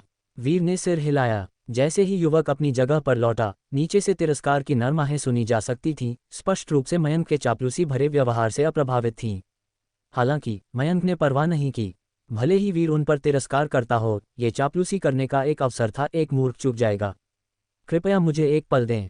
वीर ने तलवार नियमावली उठाए और भीड़ को संबोधित किया। फिर उसने इसे पलटना शुरू कर दिया। उनके तलवारबाजी की समझ के साथ पन्नों पर चरित्र और चित्र आसानी से समझने योग्य थे। आधे रास्ते में वह अपने दिमाग में बाद के कदमों का अनुमान भी लगा सकता था। यह एक उच्च गुणवत्ता वाली तलवार नियमावली थी जिसका शीर्षक था यिन और यांग उल्टाव तलवार। आपने मूल बातें महारत हासिल कर ली है। क्या आप इसे रिकॉर्ड करना चाहेंगे? इसे रिकॉर्ड करें, वीर ने मन ही मन सोचा। जल्द ही जानकारी की एक धारा उसके दिमाग में बाढ़ आ गई, लेकिन उसके वर्तमान साधना स्तर के साथ वह इसे आसानी से आत्मसात कर सकता था। संक्षेप में अपनी आंखें बंद करने के बाद उसने ये सब अवशोषित कर लिया था। उसने पैनल पर फिर से एक नज़र डाली। यिन और यांग उल्टाव तलवार सत्य अवस्था। यिन और यांग उल्टाव। यिन और यांग उल्टाव तलवारबाजी का सार है और ताव क्षेत्र की उनकी समझ के साथ वह अधिकांश साधना तकनीकों के सार को समझ सकते थे, जैसे गिरती बर्फ तलवार कौशल, हिमस्खलन का सार। जो छात्र दरवाजे के बाहर खड़ा है, अंदर आओ और हमसे जुड़ो, उन्होंने कहा। पाठ शुरू करने से पहले वीर दरवाजे पर खड़े होकर दंडित किए जा रहे युवक को बुलाना नहीं भूला था। युवक आचार्य सूर्यदत्त से वीर की पहचान के बारे में सुनकर दरवाजे से चुपके से देख रहा था। इस क्षण ये देखकर कि वीर ने उसे बुलाया, वह कुछ हद तक हैरान था। कभी उम्मीद नहीं थी कि वीर उसे याद रखेगा, और उसके दिल में तुरंत खुशी और गर्मजोशी महसूस हुई। जहां तक वीर के तलवारबाजी सिखाने का सवाल है, अकेले ये कि वीर का गंभीरता से सिखाने का कोई इरादा नहीं था। भले ही वह ऐसा करता, युवक को कोई दिलचस्पी नहीं थी। उसने बचपन से ही मार्शल आर्ट्स को नापसंद किया था, लेकिन एक मार्शल परिवार में पैदा होने के कारण उसके पास कोई विकल्प नहीं था। धन्यवाद वीर, मेरा नाम प्रशांत है, युवक ने कहा। वीर ने सिर हिलाया और कहा, अपनी सीट लो। एक बार जब प्रशांत अपनी सीट पर लौट आया तो वीर ने फिर कहा, मैं सबसे पहले आप सभी को देखने और समझने की कोशिश करने के लिए पूर्णता स्तर पर गिरती बर्फ तलवार कौशल का प्रदर्शन करूंगा। क्या? पहले से ही उदासीन और यहाँ तक कि सीट छोड़ने वाली भीड़ वीर के शब्दों से चकित थी, और जल्द ही किसी ने अपनी हंसी को दबाते हुए अपना मुंह ढक लिया। सिर्फ एक नज़र के बाद पूर्णता स्तर पर एक तलवार तकनीक का प्रदर्शन करना, यह एक उच्च गुणवत्ता वाली तलवारबाजी का अभ्यास था, और भले ही आप एक कौतुक थे, आपको पूर्णता प्राप्त करने के लिए 2 से 3 महीने तक इसका अध्ययन करने की आवश्यकता होगी, है ना? वीर के डीन को देखकर भीड़ में पहले से ही एक तमाशे में दर्शकों का रूप था, इस किंवदंती के प्रदर्शन का आनंद लेने के लिए तैयार थे। सुनैना ने थोड़ा भौहें चढ़ाईं। वीर उसे अतिशयोक्ति करने वाले प्रकार के रूप में नहीं लगा, लेकिन आज की मुठभेड़ ने उसे गहराई से निराश कर दिया था। हालांकि उसने नीलांबर नगर में उनके पिछले संपर्क के बारे में सोचा, यह महसूस करते हुए कि उन्होंने वास्तव में एक साथ ज्यादा समय नहीं बिताया था, ये सिर्फ एक संक्षिप्त मुलाकात थी। एक मौन आह के साथ सुनैना ने अपनी नज़र हटा ली। अब और देखने की इच्छा नहीं थी, इसे उबाऊ लग रहा था। मंच पर वीर के बोलने के बाद उसने लापरवाही से हथियार रैक से एक तलवार बुलाई। वस्तुओं को आदेश देने के लिए अपनी शक्ति का उपयोग करने से कुछ मौक दिखने वाले व्यक्तियों ने अपने तिरस्कार को थोड़ा नियंत्रित किया। उनकी आंखें गंभीरता की भावना प्रदर्शित कर रही थीं। कोई फर्क नहीं पड़ता कि ली परिवार के इस युवा स्वामी का स्वभाव कैसा था, कम से कम उसका साधना स्तर वास्तव में भयावह था। और वीर तलवार की मूठ को पकड़े हुए अभी भी लापरवाह और सहज दिख रहा था। उसने तलवार नियमावली को मयंक नामक एक छात्र को वापस तैरते हुए भेजा, इससे पहले कि उसने अपनी तलवार चलाना शुरू किया। यिन और यांग उल्टाव तलवार में ऐसी चालें शामिल थीं जो नकली और वास्तविक दोनों थीं। नकली वार ठोस वार में छिपे हुए थे और ठोस वार नकली में छिपे हुए थे, एक अत्यंत जटिल तरीके से लगातार बदलते हुए। अकेले कठिनाई के मामले में ये गिरती बर्फ तलवार कौशल को एक अच्छे अंतर से पार कर गया। लेकिन उस क्षण जब वीर ने लापरवाही से अपनी तलवार चलाई, उसकी आकृति जैड की तरह सुंदर थी, उसकी तलवार की गति एक इंद्रधनुष की तरह थी। छात्रों की आंखों के सामने यिन और यांग उल्टाव तलवार की उत्कृष्ट रूप से डरावनी चालों का एक सेट सामने आया। एक पल में छात्रों की आंखों में हंसी जम गई थी, जो मुस्कुरा रहे थे और एक शो का इंतजार कर रहे थे। उनके मुंह के कोनों पर स्मग ऊपर की ओर वक्र भी अनजाने में गायब हो गया, क्योंकि उन्होंने चकित होकर जटिल और अद्भुत तलवारबाजी को देखा। हॉल में अचानक सन्नाटा ने सुनैना को थोड़ी अजीब भावना महसूस कराई, और वह चकित थी। वह सामने की ओर देखने के लिए मुड़ी, जहां वीर से उसकी करतब दिखाने की उम्मीद थी। लेकिन उसने जो देखा वह एक तलवारबाजी का प्रदर्शन था, जो एक मोर के अपने पंखों को फैलाने जितना शानदार था। ये था यिन और यांग उल्टाव तलवार। सुनैना स्तब्ध थी। ऐसा लगा जैसे उसे बिजली ने मार दिया हो, जगह पर जम गई हो। उसने इस तलवार तकनीक का अभ्यास पूर्णता के करीब किया था, लेकिन वह निश्चित रूप से वह अद्भुत तलवारबाजी नहीं कर सकती थी जो वह अपनी आंखों के सामने देख रही थी। कौन सा नकली था और कौन सा असली, या बल्कि क्या वे सभी नकली थे या सभी असली। वह अब आंदोलनों को अलग नहीं कर सकती थी। ऐसा लगा जैसे 10,000 तलवारें उसकी आंखों के सामने लहरा रही थीं, उसे चकाचौंध कर रही थीं। हॉल में सन्नाटा था। वीर के तलवारबाजी प्रदर्शन के अंत के बाद ये लंबे समय तक शांत रहा। वीर ने अपनी तलवार म्यान में डाल दी, छात्रों को देखा और उन्हें जो देखा था उसे पचाने के लिए कुछ समय देने के बाद उसने आखिरकार चुप्पी तोड़ी, पूछते हुए, क्या आप सभी ने इसे सीखा? जैसे एक सपने से जागते हुए छात्र तब वाक्पटुता और चुप्पी के एक दौर में गिर गए। इसे सीखें? बस इसे एक बार देखने से आप हमसे पूछ रहे हैं कि क्या हमने इसे सीखा? हम इसे सीखना चाहेंगे, लेकिन हम इसे याद नहीं रख सकते। हम इसे बिल्कुल याद नहीं कर सकते। वह वीर, युवा स्वामी वीर, क्या आपने वास्तव में अभी अभी ये तलवारबाजी सीखी? किसी ने खुद को पूछने से रोक नहीं सका। ये सुनकर भीड़ को अचानक सच्चाई का एहसास हुआ और उनकी आंखें सदमे में चौड़ी हो गईं, वीर को घूरते हुए जैसे उन्होंने एक भूत देखा हो। बस एक बार तलवार नियमावली पलटी और इसे सीखा, और सिर्फ मूल बातें नहीं बल्कि पूर्णता के चरण तक। सुनैना भी स्तब्ध थी, उसके होंठ थोड़े खुले थे और उसका गला जैसे अवरुद्ध हो गया था। उसने खुद को एक पल के लिए बोलने में असमर्थ पाया। वीर ने असहाय रूप से कहा, हालांकि ली परिवार ने कई साधना तकनीकों और गुप्त नियमावलियों को संकलित किया है, लेकिन कला केसरी अकादमी से वे सख्ती से गोपनीय हैं और हम उन्हें चुराने के लिए इतने ढीठ नहीं हैं। भले ही मैंने उन्हें चुराया होता, मेरे पास आपको बताने की धृष्टता नहीं होती। वीर ने चुपचाप अपने दिल में जोड़ा। वीर के शब्दों को सुनकर लोगों ने एक दूसरे को देखा, ये जानते हुए कि उनका बयान वास्तव में सच था। प्रत्येक संप्रदाय की अपनी बेजोड़ तकनीकें और गोपनीय साधना विधियां होती हैं। अगर कोई लापरवाही से उन्हें चुराता है तो इसे एक महान वर्जित माना जाता है, जिससे टकराव और अन्य मार्शल आर्ट्स संप्रदायों से तिरस्कार होने की संभावना होती है। तो तुम दर्शक कुछ हद तक चकित थे। अगर यह चोरी के माध्यम से नहीं था तो क्या वह वास्तव में इसे मौके पर ही महारत हासिल कर सकता था? बस इसे एक बार देखने से। इन विवरणों पर अब और ध्यान न दें। याद करने की कोशिश करें कि आप क्या कर सकते हैं। एक बार जब आप इसे अवशोषित कर लेते हैं तो मैं इसे फिर से अधिक धीरे धीरे करूंगा, वीर ने कहा। वीर के शब्दों को सुनकर हर कोई तुरंत चौकन्ना हो गया और उन्होंने अभी अभी देखे गए अनुक्रम को फ्रैंटिकली याद करना शुरू कर दिया। हॉल एक बार फिर से सन्नाटे में लौट आया। करने के लिए और कुछ नहीं होने पर वीर मुड़ गया और बाहर छोड़े गए चित्रफलक को अंदर लाया। फिर उसने सभी के सामने चित्रफलक स्थापित किया और चित्रकारी शुरू कर दी। क्या पेंट करना है? वीर को एक विचार था। उसने हॉल में सभी छात्रों को अपनी पेंटिंग में शामिल करने का फैसला किया। भले ही वे सभी दिव्य यात्रा क्षेत्र में थे, कद में बहुत ऊंचे नहीं थे, बड़ा समूह अभी भी उसे बहुत अनुभव प्रदान कर सकता था। वीर के अजीब कार्यों को देखकर कुछ लोग पजल थे, लेकिन किसी ने सवाल नहीं पूछा। इसके बजाय अपनी याद करने के प्रयासों पर ध्यान केंद्रित करने का फैसला किया। थोड़ी देर बाद वीर ने पेंटिंग पूरी की, यह अनुमान लगाते हुए कि लगभग आधा घंटा बीत चुका था। जो लोग अवशोषित कर सकते थे उन्होंने शायद पर्याप्त रूप से ऐसा किया था, और जो नहीं कर सकते थे वे शायद भूलना शुरू कर रहे थे। उसने अपना गला साफ किया और घोषणा की, मैं एक बार फिर प्रदर्शन करूंगा, इस बार ध्यान से देखें। उसके शब्दों पर हर किसी की आत्माएं उठ गईं और उनकी निगाहें तुरंत वीर पर टिकीं। वीर ने अपनी तलवार उठाए और बिना किसी और देरी के फिर से प्रदर्शन शुरू किया, लेकिन इस बार उसके आंदोलन बहुत धीमे थे। तलवार की छाया सपने और भ्रम की तरह थी, और अभ्यास समाप्त होने के बाद भी ऐसा लग रहा था जैसे तलवारों की छाया उड़ती हुई रोशनी की तरह उनकी आंखों के सामने अभी भी बनी हुई थी, जिससे हर कोई जाने और भूलने में असमर्थ था। हालांकि तलवार की छाया बहुत जटिल थी, हालांकि उन्हें याद किया गया था, वे अस्पष्ट लग रहे थे। सभी को चिंतन में डूबा देखकर वीर ने और देर नहीं की और ड्राइंग जारी रखने के लिए बैठ गया। जोड़ 827, जोड़ 789, जोड़ 702। वीर ने स्याही को पीसा और एक तेज गति से चित्रित किया। इन दर्जनों दिव्य यात्रा क्षेत्र के मास्टर्स की पेंटिंग में से प्रत्येक ने 700 से 800 अनुभव जमा किए, जिससे उनके चित्रकला अनुभव में बहुत तेजी आई। जबकि वीर चित्रकारी कर रहा था, अन्य धीरे धीरे अपने ध्यान को वापस पा गए और व्यस्त वीर को देखकर उसे परेशान करने की हिम्मत नहीं की, बल्कि इसके बजाय समझने और विचार करने के लिए समय जब्त कर लिया। वीर ने चौथी पेंटिंग खत्म करने के बाद उसने भीड़ को देखा और पूछा, कैसा महसूस होता है? वीर, क्या आप हमें एक बार फिर से प्रदर्शन कर सकते हैं? अनुरोध भीड़ द्वारा विचारों का आदान प्रदान करने के बाद महान असर वाले एक युवक से आया था।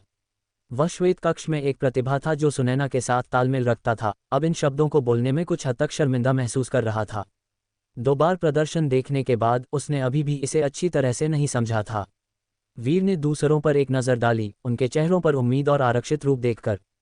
ठीक है, वीर ने एक पल के लिए सोचा, यह महसूस करते हुए कि इस तरह अभ्यास दोहराना समाधान नहीं था।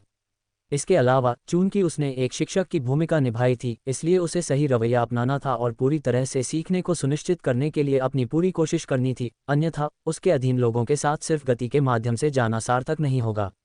उसने सभी से एक बार पूछा और सीखा कि उन सभी में चपलता की नींव थी। हालांकि चपलता का स्तर अलग अलग था, कुछ सिर्फ इस तक पहुंच रहे थे और अन्य पूर्णता के करीब थे। चूंकि मैं पढ़ा रहा हूं, मुझे उम्मीद है कि आप सभी इससे कुछ हासिल कर सकते हैं। वीर ने भीड़ के चारों ओर देखा और कहा, मेरे पास इस साल 3 पाठ हैं और मुझे उम्मीद है कि आप इन 3 पाठों के भीतर इस तलवारबाजी को पूर्ण कर सकते हैं। यदि आप इसे पूरा करते हैं तो मैं आप में से प्रत्येक के लिए अपनी शक्ति के भीतर 3 इच्छाओं को पूरा करने पर विचार कर सकता हूं। पूर्ण स्तर 3 इच्छाएं। वीर की महत्वाकांक्षा से भीड़ चकित और अचंभित थी। यह उन्हें इच्छाएं प्रदान करने के बारे में नहीं था, युवा स्वामी अपने लिए एक इच्छा कर रहा था। उन सभी को सिर्फ 3 पाठों में पूर्ण स्तर तक पढ़ाना। यह उच्च उम्मीदें नहीं थीं, ये सरासर कल्पना थी। उन्होंने वीर के साथ अपनी तुलना करने की हिम्मत नहीं की, जो नियमावली को समझ सकता था और सिर्फ एक बार देखकर पूर्णता का अभ्यास कर सकता था। इसके अलावा उन्होंने अपने दिलों में कुछ संदेह पाल रखे थे, संदेह करते हुए कि वीर ने पहले से तैयारी की थी। किसने कभी सुना है कि एक शिक्षक पाठ तैयार नहीं करता है? ये सिर्फ एक झांसा था। वीर, क्या यह आवश्यकता थोड़ी बहुत मुश्किल नहीं है? किसी ने खुद को रोक नहीं सका, बोलते हुए, आप मजाक नहीं कर रहे हैं युवा स्वामी? मुझे मानना होगा कि यह थोड़ा मनोरंजक है। किसी और ने टिप्पणी की। सुनैना ने पजल्ड होकर वीर को देखा। वह आधे साल पहले चपलता के स्तर तक पहुंच चुकी थी और अच्छी तरह से जानती थी कि चपलता से पूर्णता तक प्रगति करना कितना मुश्किल था। सभ्य प्रतिभा के साथ भी तलवार के युद्धाभ्यास को दूसरा स्वभाव बनाने और पूर्णता तक पहुंचने में 1 साल के गहन अभ्यास की आवश्यकता होगी। 3 छोटे पाठ एक असंभव कार्य थे, लेकिन उसके सामने ली परिवार के पौराणिक युवा स्वामी के लिए असंभव आखिरकार इतना दूर नहीं लगता था। आखिरकार उसने अब तक जो कुछ भी दिखाया था वह सब असंभव लग रहा था। भीड़ के बीच विभिन्न चर्चाएं देखकर वीर ने ज्यादा नहीं कहा और एक बार फिर तलवार उठाई। केवल पूर्ण स्तर पर तलवारबाजी का अभ्यास करना और उनसे नकल करने की उम्मीद करना वास्तव में मुश्किल होगा और समय की बर्बादी होगी, लेकिन इस तलवारबाजी के सार को समझना गहरे से उतले तक बहुत आसान होगा।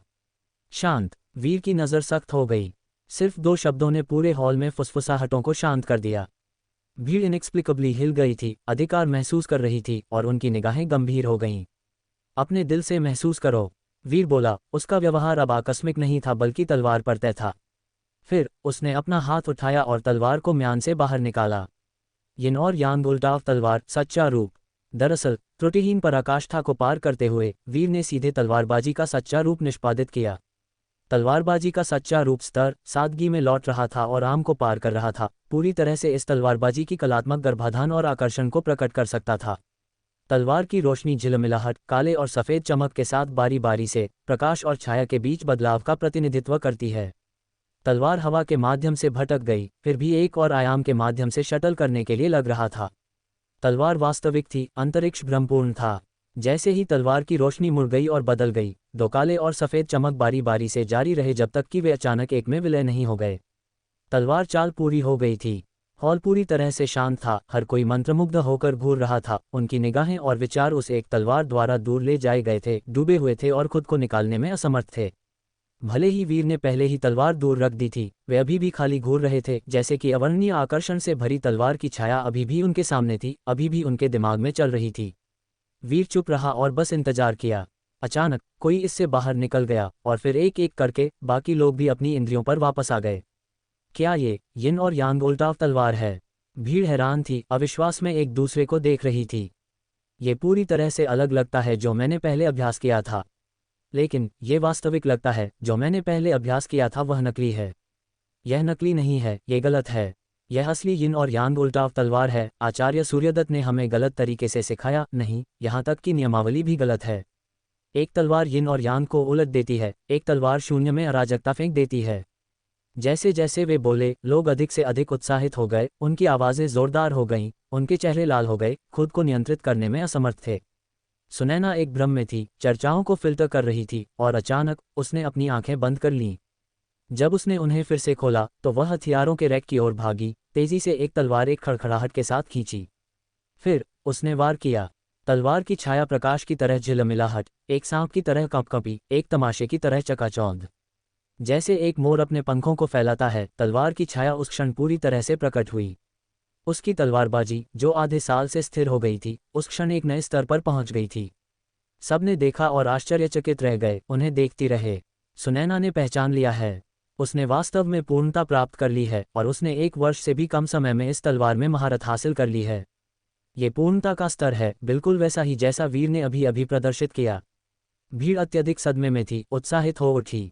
उनकी टिप्पणियों में वीर का खिताब वीर से बदलकर गुरुवीर हो गया। श्रद्धा से प्रशंसा की ओर। इस बीच कई अन्य लोगों को भी कुछ आभास हुआ। वे हथियारों के रैक की ओर भागे, तलवारें निकालीं और वार करने लगे। अभ्यास के लिए हॉल काफी विशाल था।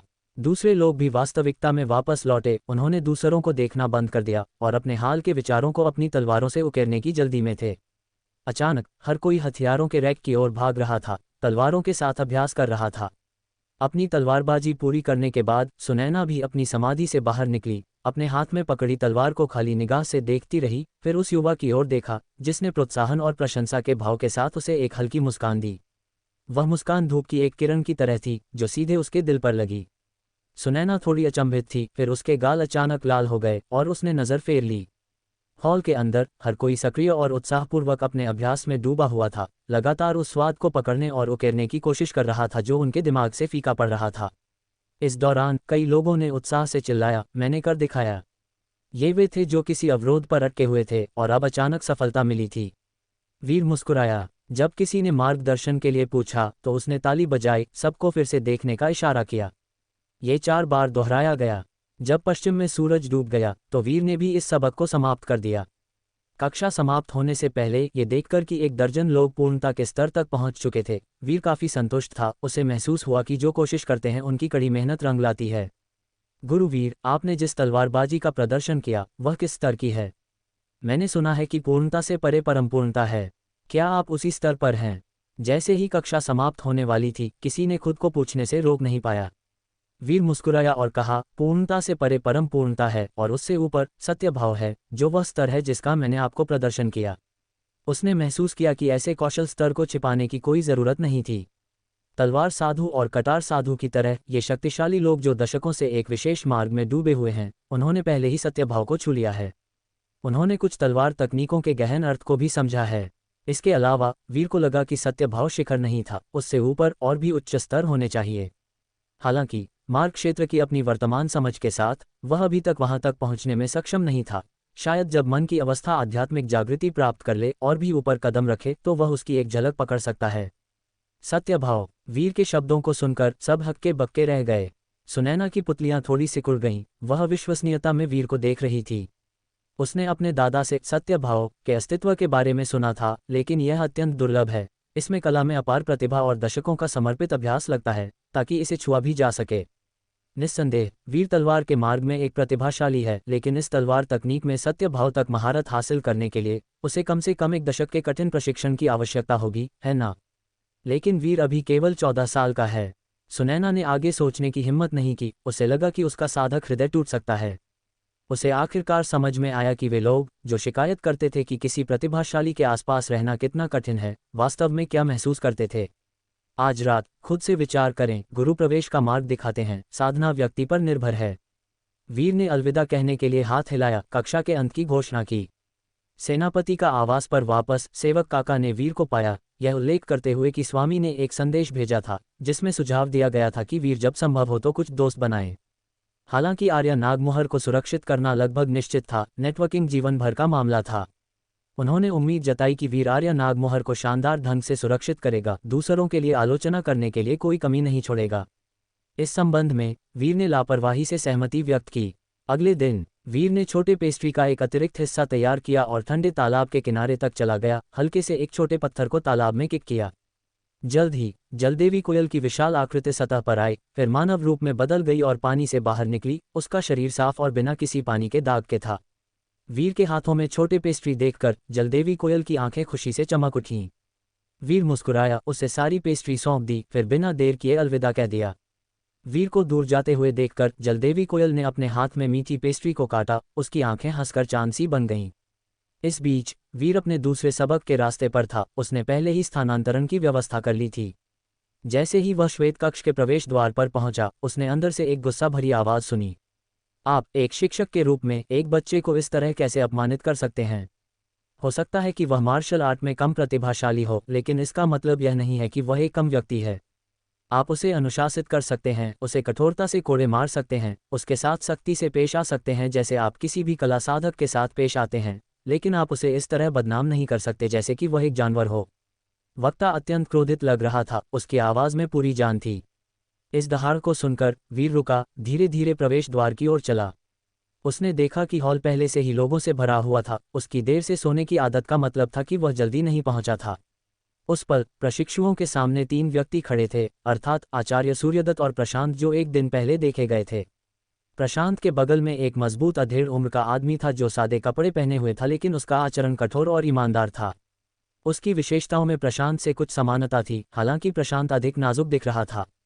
उनके सामने जमीन पर बिखरे हुए किताब के टुकड़े पड़े थे, दृश्य में एक और व्यक्ति को जोड़ते हुए कल के समान भयानक रूप से। सेनापति, आप इस तरह तर्कहीन नहीं हो सकते। आचार्य सूर्यदत्त शर्म से लाल हो गए, प्रशांत को डांट रहे थे, जिसने उम्मीद की थी कि उसका पिता मिलने आएगा और उसे रंगे हाथों पकड़ लिया। आदर्श रूप से सिर्फ सुनकर ही काफ़ी था। उसे लगा कि इस सेनापति को अपनी सख्त शिक्षा के लिए आभारी होना चाहिए, जिससे उसे अपने परेशान बच्चे को अनुशासित करने में मदद मिली।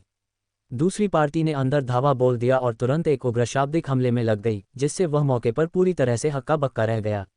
मैं तर्कहीन हूँ? मैं किस तरह से तर्कहीन रहा हूँ? क्या मेरे बेटे का अपमान करना आपके लिए तर्कसंगत है? प्रशांत के पिता सेनापति जयंत ने गुस्से से कहा, हालांकि मैं एक कला साधक हूँ, फिर भी मैं बुनियादी सिद्धांतों को समझता हूँ। मैं जानता हूँ कि मेरा बेटा एक व्यक्ति है, एक गरिमापूर्ण और ईमानदार व्यक्ति, एक चूहा नहीं जो दलिया के एक बर्तन को खराब कर दे। और न ही वह एक पतित, गंदा और घिनौना कीड़ा है। वह बस मार्शल आर्ट में सफल नहीं हुआ है, इसका मतलब यह नहीं है कि वह एक इंसान बनने के योग्य नहीं है। प्रशांत के हटे कट्टे पिता की आवाज़ अत्यंत क्रोधित थी, बहरेपन से कहते हुए, हालांकि मेरे बेटे में उच्च प्रतिभा नहीं है, उसका चरित्र शुद्ध और अच्छा है। भले ही वह केवल शक्ति संचार क्षेत्र में हो, वह मेरा गौरव है। आपको इस तरह उसका अपमान करने का क्या अधिकार है? नीचे सब चुप थे। किसी ने प्रशांत का मजाक नहीं उड़ाया कि उसे अपने पिता की सुरक्षा की जरूरत थी, इसके बजाय उन्होंने अपनी आंखों में ईर्ष्या का संकेत दिखाया। आचार्य सूर्यदत्त ने गुस्से से कहा, मैं आपसे तर्क नहीं कर सकता। अगर ऐसा ही होने वाला है तो आपके बेटे को बस बाहर निकल जाना चाहिए। अगर मुझे आप जैसा शिक्षक मिलता है तो ऐसा ही हो। सेनापति जयंत ने भी गुस्से से चिल्लाया, क्योंकि उसने अपने बेटे को खींचना शुरू कर दिया। प्रशांत की आंखें पहले से ही लाल हो गई थीं। उसने अपने होंठ को काट लिया, अपने आंसू को वापस रोक लिया ताकि वे इतने सारे लोगों के सामने न गिरें, और धीमी आवाज में गला घोंटते हुए कहा, पिताजी, मैं यहाँ रहना चाहता हूँ। मैं ठीक से सीखना चाहता हूँ। मैंने कल भी तलवारबाजी में महारत हासिल की। अगर तुम सीखना चाहते हो तो पिताजी तुम्हें कोई दूसरा गुरु ढूंढ लेंगे, दुनिया में बहुत से प्रसिद्ध शिक्षक हैं। सेनापति जयंत ने गुस्से में झोंका। आचार्य सूर्यदत्त गुस्से से कांप उठा। उसने कहा, अगर तुम अभी बाहर चले गए तो तुम कभी वापस नहीं आ पाओगे। मैंने वैसे भी कभी वापस आने की योजना नहीं बनाई थी। सेनापति जयंत उग्र था, अपने बेटे को खींचकर ले जा रहा था, लेकिन तभी वे दरवाजे पर वीर से टकरा गए। अचानक सबकी निगाहें भी वीर पर पड़ीं। सभी छात्र अचानक खड़े हो गए, एक साथ झुकते हुए कहा, गुरु वीर को प्रणाम। इस एक समान आवाज ने न केवल आचार्य सूर्यदत्त और सेनापति जयंत को चौंका दिया, बल्कि वीर को भी आश्चर्यचकित कर दिया। गुरु वीर! आचार्य सूर्यदत्त दंग रह गए, भ्रम में वीर को देख रहे थे। वीर को देखते ही प्रशांत की मूल रूप से खट्टी आंखें तुरंत चमक उठीं और उसने जल्दी से अपने बगल में अपने पिता से कहा, पिताजी, ये वीर हैं, गुरु वीर। कल सिर्फ एक सबक में उन्होंने हम सभी को उच्च श्रेणी की तलवारबाजी को आत्मा स्तर से दोषरहित तक सिद्ध करा दिया। क्या? सेनापति जयंत और आचार्य सूर्यदत्त दोनों ने हैरान कर देने वाले भाव पहने थे। ये बच्चा क्या कह रहा था? वीर भी हक्का बक्का और थोड़ा अचंभित था। यह क्या, उन सब ने कल एक ही सबक में ये सीख लिया? क्या कक्षा के बाद केवल 1 दर्जन लोग ही ऐसा नहीं कर पाए थे? एक पल रुको, तो फिर मैं आज यहाँ क्यों आया? वीर! सेनापति जयंत ने सदमे में वीर को देखा, फिर अचानक आगे झुक गया, एक घुटने पर गिर गया। जयंत, आपकी सेवा में, श्री वीर। इस कार्रवाई ने एक बार फिर सबको चकित कर दिया। वीर ने जल्दी से उसे उठाया और कहा, सेनापति जयंत। युवा स्वामी, मैं एक बार आपके पिता के अधीन सेवा करता था, सेनापति जयंत ने सम्मानपूर्वक कहा। वीर अचानक समझ गया, फिर मुस्कुराया और कहा, जब आप मुझसे मिलते हैं तो ऐसी औपचारिकता की कोई ज़रूरत नहीं है। उनके बगल में श्रीमान सूर्यदत्त असहज दिखे, माथे पर गहरी शिकन के साथ। पिताजी, मैं यहीं रहना चाहता हूँ, मैं गुरु वीर के साथ एक और कक्षा में भाग लेना चाहता हूँ, प्रशांत ने जल्दी से अपने पिता से कहा। सेनापति जयंत, जिसने यहाँ हाल ही में प्रसिद्ध वीर को पढ़ाते हुए पाने की उम्मीद नहीं की थी, उसने थोड़ी देर सोचा और फिर अपने बेटे की ईमानदारी देखकर सहमति व्यक्त की। सेनापति जयंत ने अपने बेटे को कुछ सलाह दी और चला गया। आचार्य सूर्यदत्त ने उपहास किया, प्रशांत, तुमने आज कक्षा को बाधित कर दिया। कला केसरी अकादमी ऐसी जगह नहीं है जहां तुम अपनी मर्जी से आ जा सकते हो। प्रशांत का चेहरा थोड़ा बदल गया। वीर मुस्कुराया और कहा, श्रीमान सूर्यदत्त, ये सब एक गलतफहमी थी। वीर को बीच बचाव करते हुए देखकर श्रीमान सूर्यदत्त का भाव नर्म हो गया और एक मजबूर मुस्कान के साथ उसने कहा, वीर, तुम नहीं जानते, ये जयंत बस दबंग है। वीर ने उसे काटने के लिए सिर हिलाया, मुस्कुराते हुए कहा, श्रीमान सूर्यदत्त, मैं समझता हूं कि आप छात्रों को प्रेरित करने के लिए कठोर शब्दों का उपयोग करना चाहते हैं, लेकिन शायद वे बहुत कठोर हैं और एक युवा आत्मा की भावना को कुचल सकते हैं, क्या आपको नहीं लगता? श्रीमान सूर्यदत्त चौंक गए, उनका भाव बदल गया और उन्होंने और कुछ नहीं कहा। वीर ने उससे ज्यादा कुछ नहीं कहा, ऐसे व्यक्ति के साथ जुड़ने में उसकी कोई दिलचस्पी नहीं थी। एक बार कक्षा का स्थानांतरण हो जाने के बाद और श्रीमान सूर्यदत्त के चले जाने के बाद वीर ने सबकी ओर देखा। अभी अभी प्रशांत ने कहा कि आप सब पूर्णता के स्तर तक पहुंच चुके हैं। हॉल में माहौल काफी जीवंत हो गया। सबके चेहरों पर उत्साह झलक रहा था, उनकी आंखें चमक रही थीं। मयंक कूद पड़ा और कहा, गुरुवीर, जो प्रशांत ने कहा वह सही है। आपने कल जिस तलवारबाजी का प्रदर्शन किया वह वास्तव में मार्ग का प्रवेश द्वार है। हमने कला के सार का वह संकेत पकड़ा और इसीलिए हम सिर्फ एक दिन में इतनी तेजी से सुधरे। भले ही यह चापलूसी थी, ये वास्तव में निशाने पर लगी थी। वीर इस्तीफा देते हुए कहा, मैं आप सबको सिखाने के लिए 3 पाठों का उपयोग करने की योजना बना रहा था। ऐसा लगता है कि मैं आज व्यर्थ आया हूं, क्योंकि सिखाने के लिए कुछ भी नहीं बचा है। भीड़ हंसी में फूट पड़ी, क्योंकि एक कक्षा में इतना बड़ा सबक हासिल करने के बाद वे पहले से ही अत्यधिक आभारी और उत्साहित महसूस कर रहे थे। किसी ने चिढ़ाते हुए कहा, गुरुवीर, क्या आप कुछ भूल गए हैं? आपने कल कहा था कि एक बार जब हम सब इसे पूर्णता तक सिद्ध कर लेंगे तो आप हमें 3 इच्छाएं देंगे। किसी ने उत्साहित प्रत्याशा के साथ वीर को देखा। वीर निशब्द, उसने वह प्रोत्साहन अचानक दिया था, कभी उम्मीद नहीं की थी कि वे सब इतने कुशल होंगे। वे वास्तव में वे होने के योग्य थे जो श्वेत कक्ष में प्रवेश कर चुके थे, उनकी प्रतिभा वास्तव में खराब नहीं थी। तो आगे बढ़ो और कहो, लेकिन यह मेरी समझदारी से करने की सीमा के भीतर होना चाहिए, वीर ने कहा। उसके शब्दों को सुनकर सबने आपस में उत्साहपूर्वक बतियाना शुरू कर दिया। कुछ ने वर्षा श्रावण मीनार का दौरा करने की कामना की, कुछ ने एक प्रसिद्ध तलवार चाही और कुछ ने एक और तलवारबाजी तकनीक सीखने की अपनी इच्छा व्यक्त की, इत्यादि। इन अधिक पारंपरिक इच्छाओं के बीच भीड़ में कुछ शोरगुल वाली आवाजें भी थीं। कुछ ने कहा कि वे वीर के साथ भाईचारा करना चाहते थे और कुछ ने विलासिका जिले का दौरा चाहा।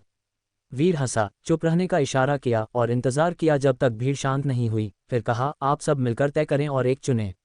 वीर के शब्दों को सुनकर भीड़ ने आश्चर्य और खुशी दोनों के साथ प्रतिक्रिया दी। उन्हें उम्मीद नहीं थी कि वीर इस प्रस्ताव को गंभीरता से लेगा। वे पहले से ही बहुत आभारी थे कि मैंने उन्हें तलवारबाजी सिखाई और उनकी पहले प्रस्तावित अधिकांश आवश्यकताएं आधी मजाक थीं। अरे अरे, अपनी मांगे बहुत अपमानजनक मत बनाना।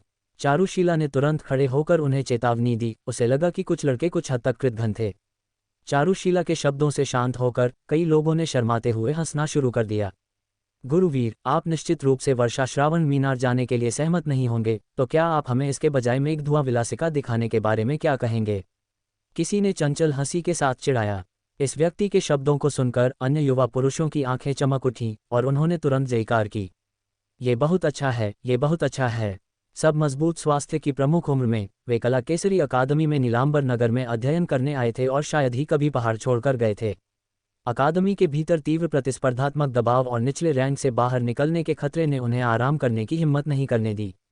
उन्होंने लंबे समय से उस प्रेम मिलन के स्थान के लिए इच्छाएं पाल रखी थीं। ये सुनकर हालांकि महिला छात्रों ने सभी ने आंखें घुमाईं, इन लोगों को घृणा से देखा। वीर हंसा, मेघधुआं विलासिका जाना एक तुच्छ मामला है। इस युग में मनोरंजन दुर्लभ था और मेघधुआं विलासिका जाना पिछली जिंदगी में टिकटॉक को स्वाइप करने जैसा था। विलासिकाएं अलग अलग ग्रेड में आती हैं और सबसे निचले वाले स्वाभाविक रूप से वेश्यालय हैं, सस्ते और बीमार होने की संभावना है। प्रसिद्ध विलासिकाएं ज्यादातर कलात्मक प्रदर्शन बेचती हैं, कोई गीत और कविताएं सुन सकता है। बेशक अगर किसी के पास अच्छी कविता या बहुत पैसा है तो वे कुछ सुखद सेवाओं का भी आनंद ले सकते हैं।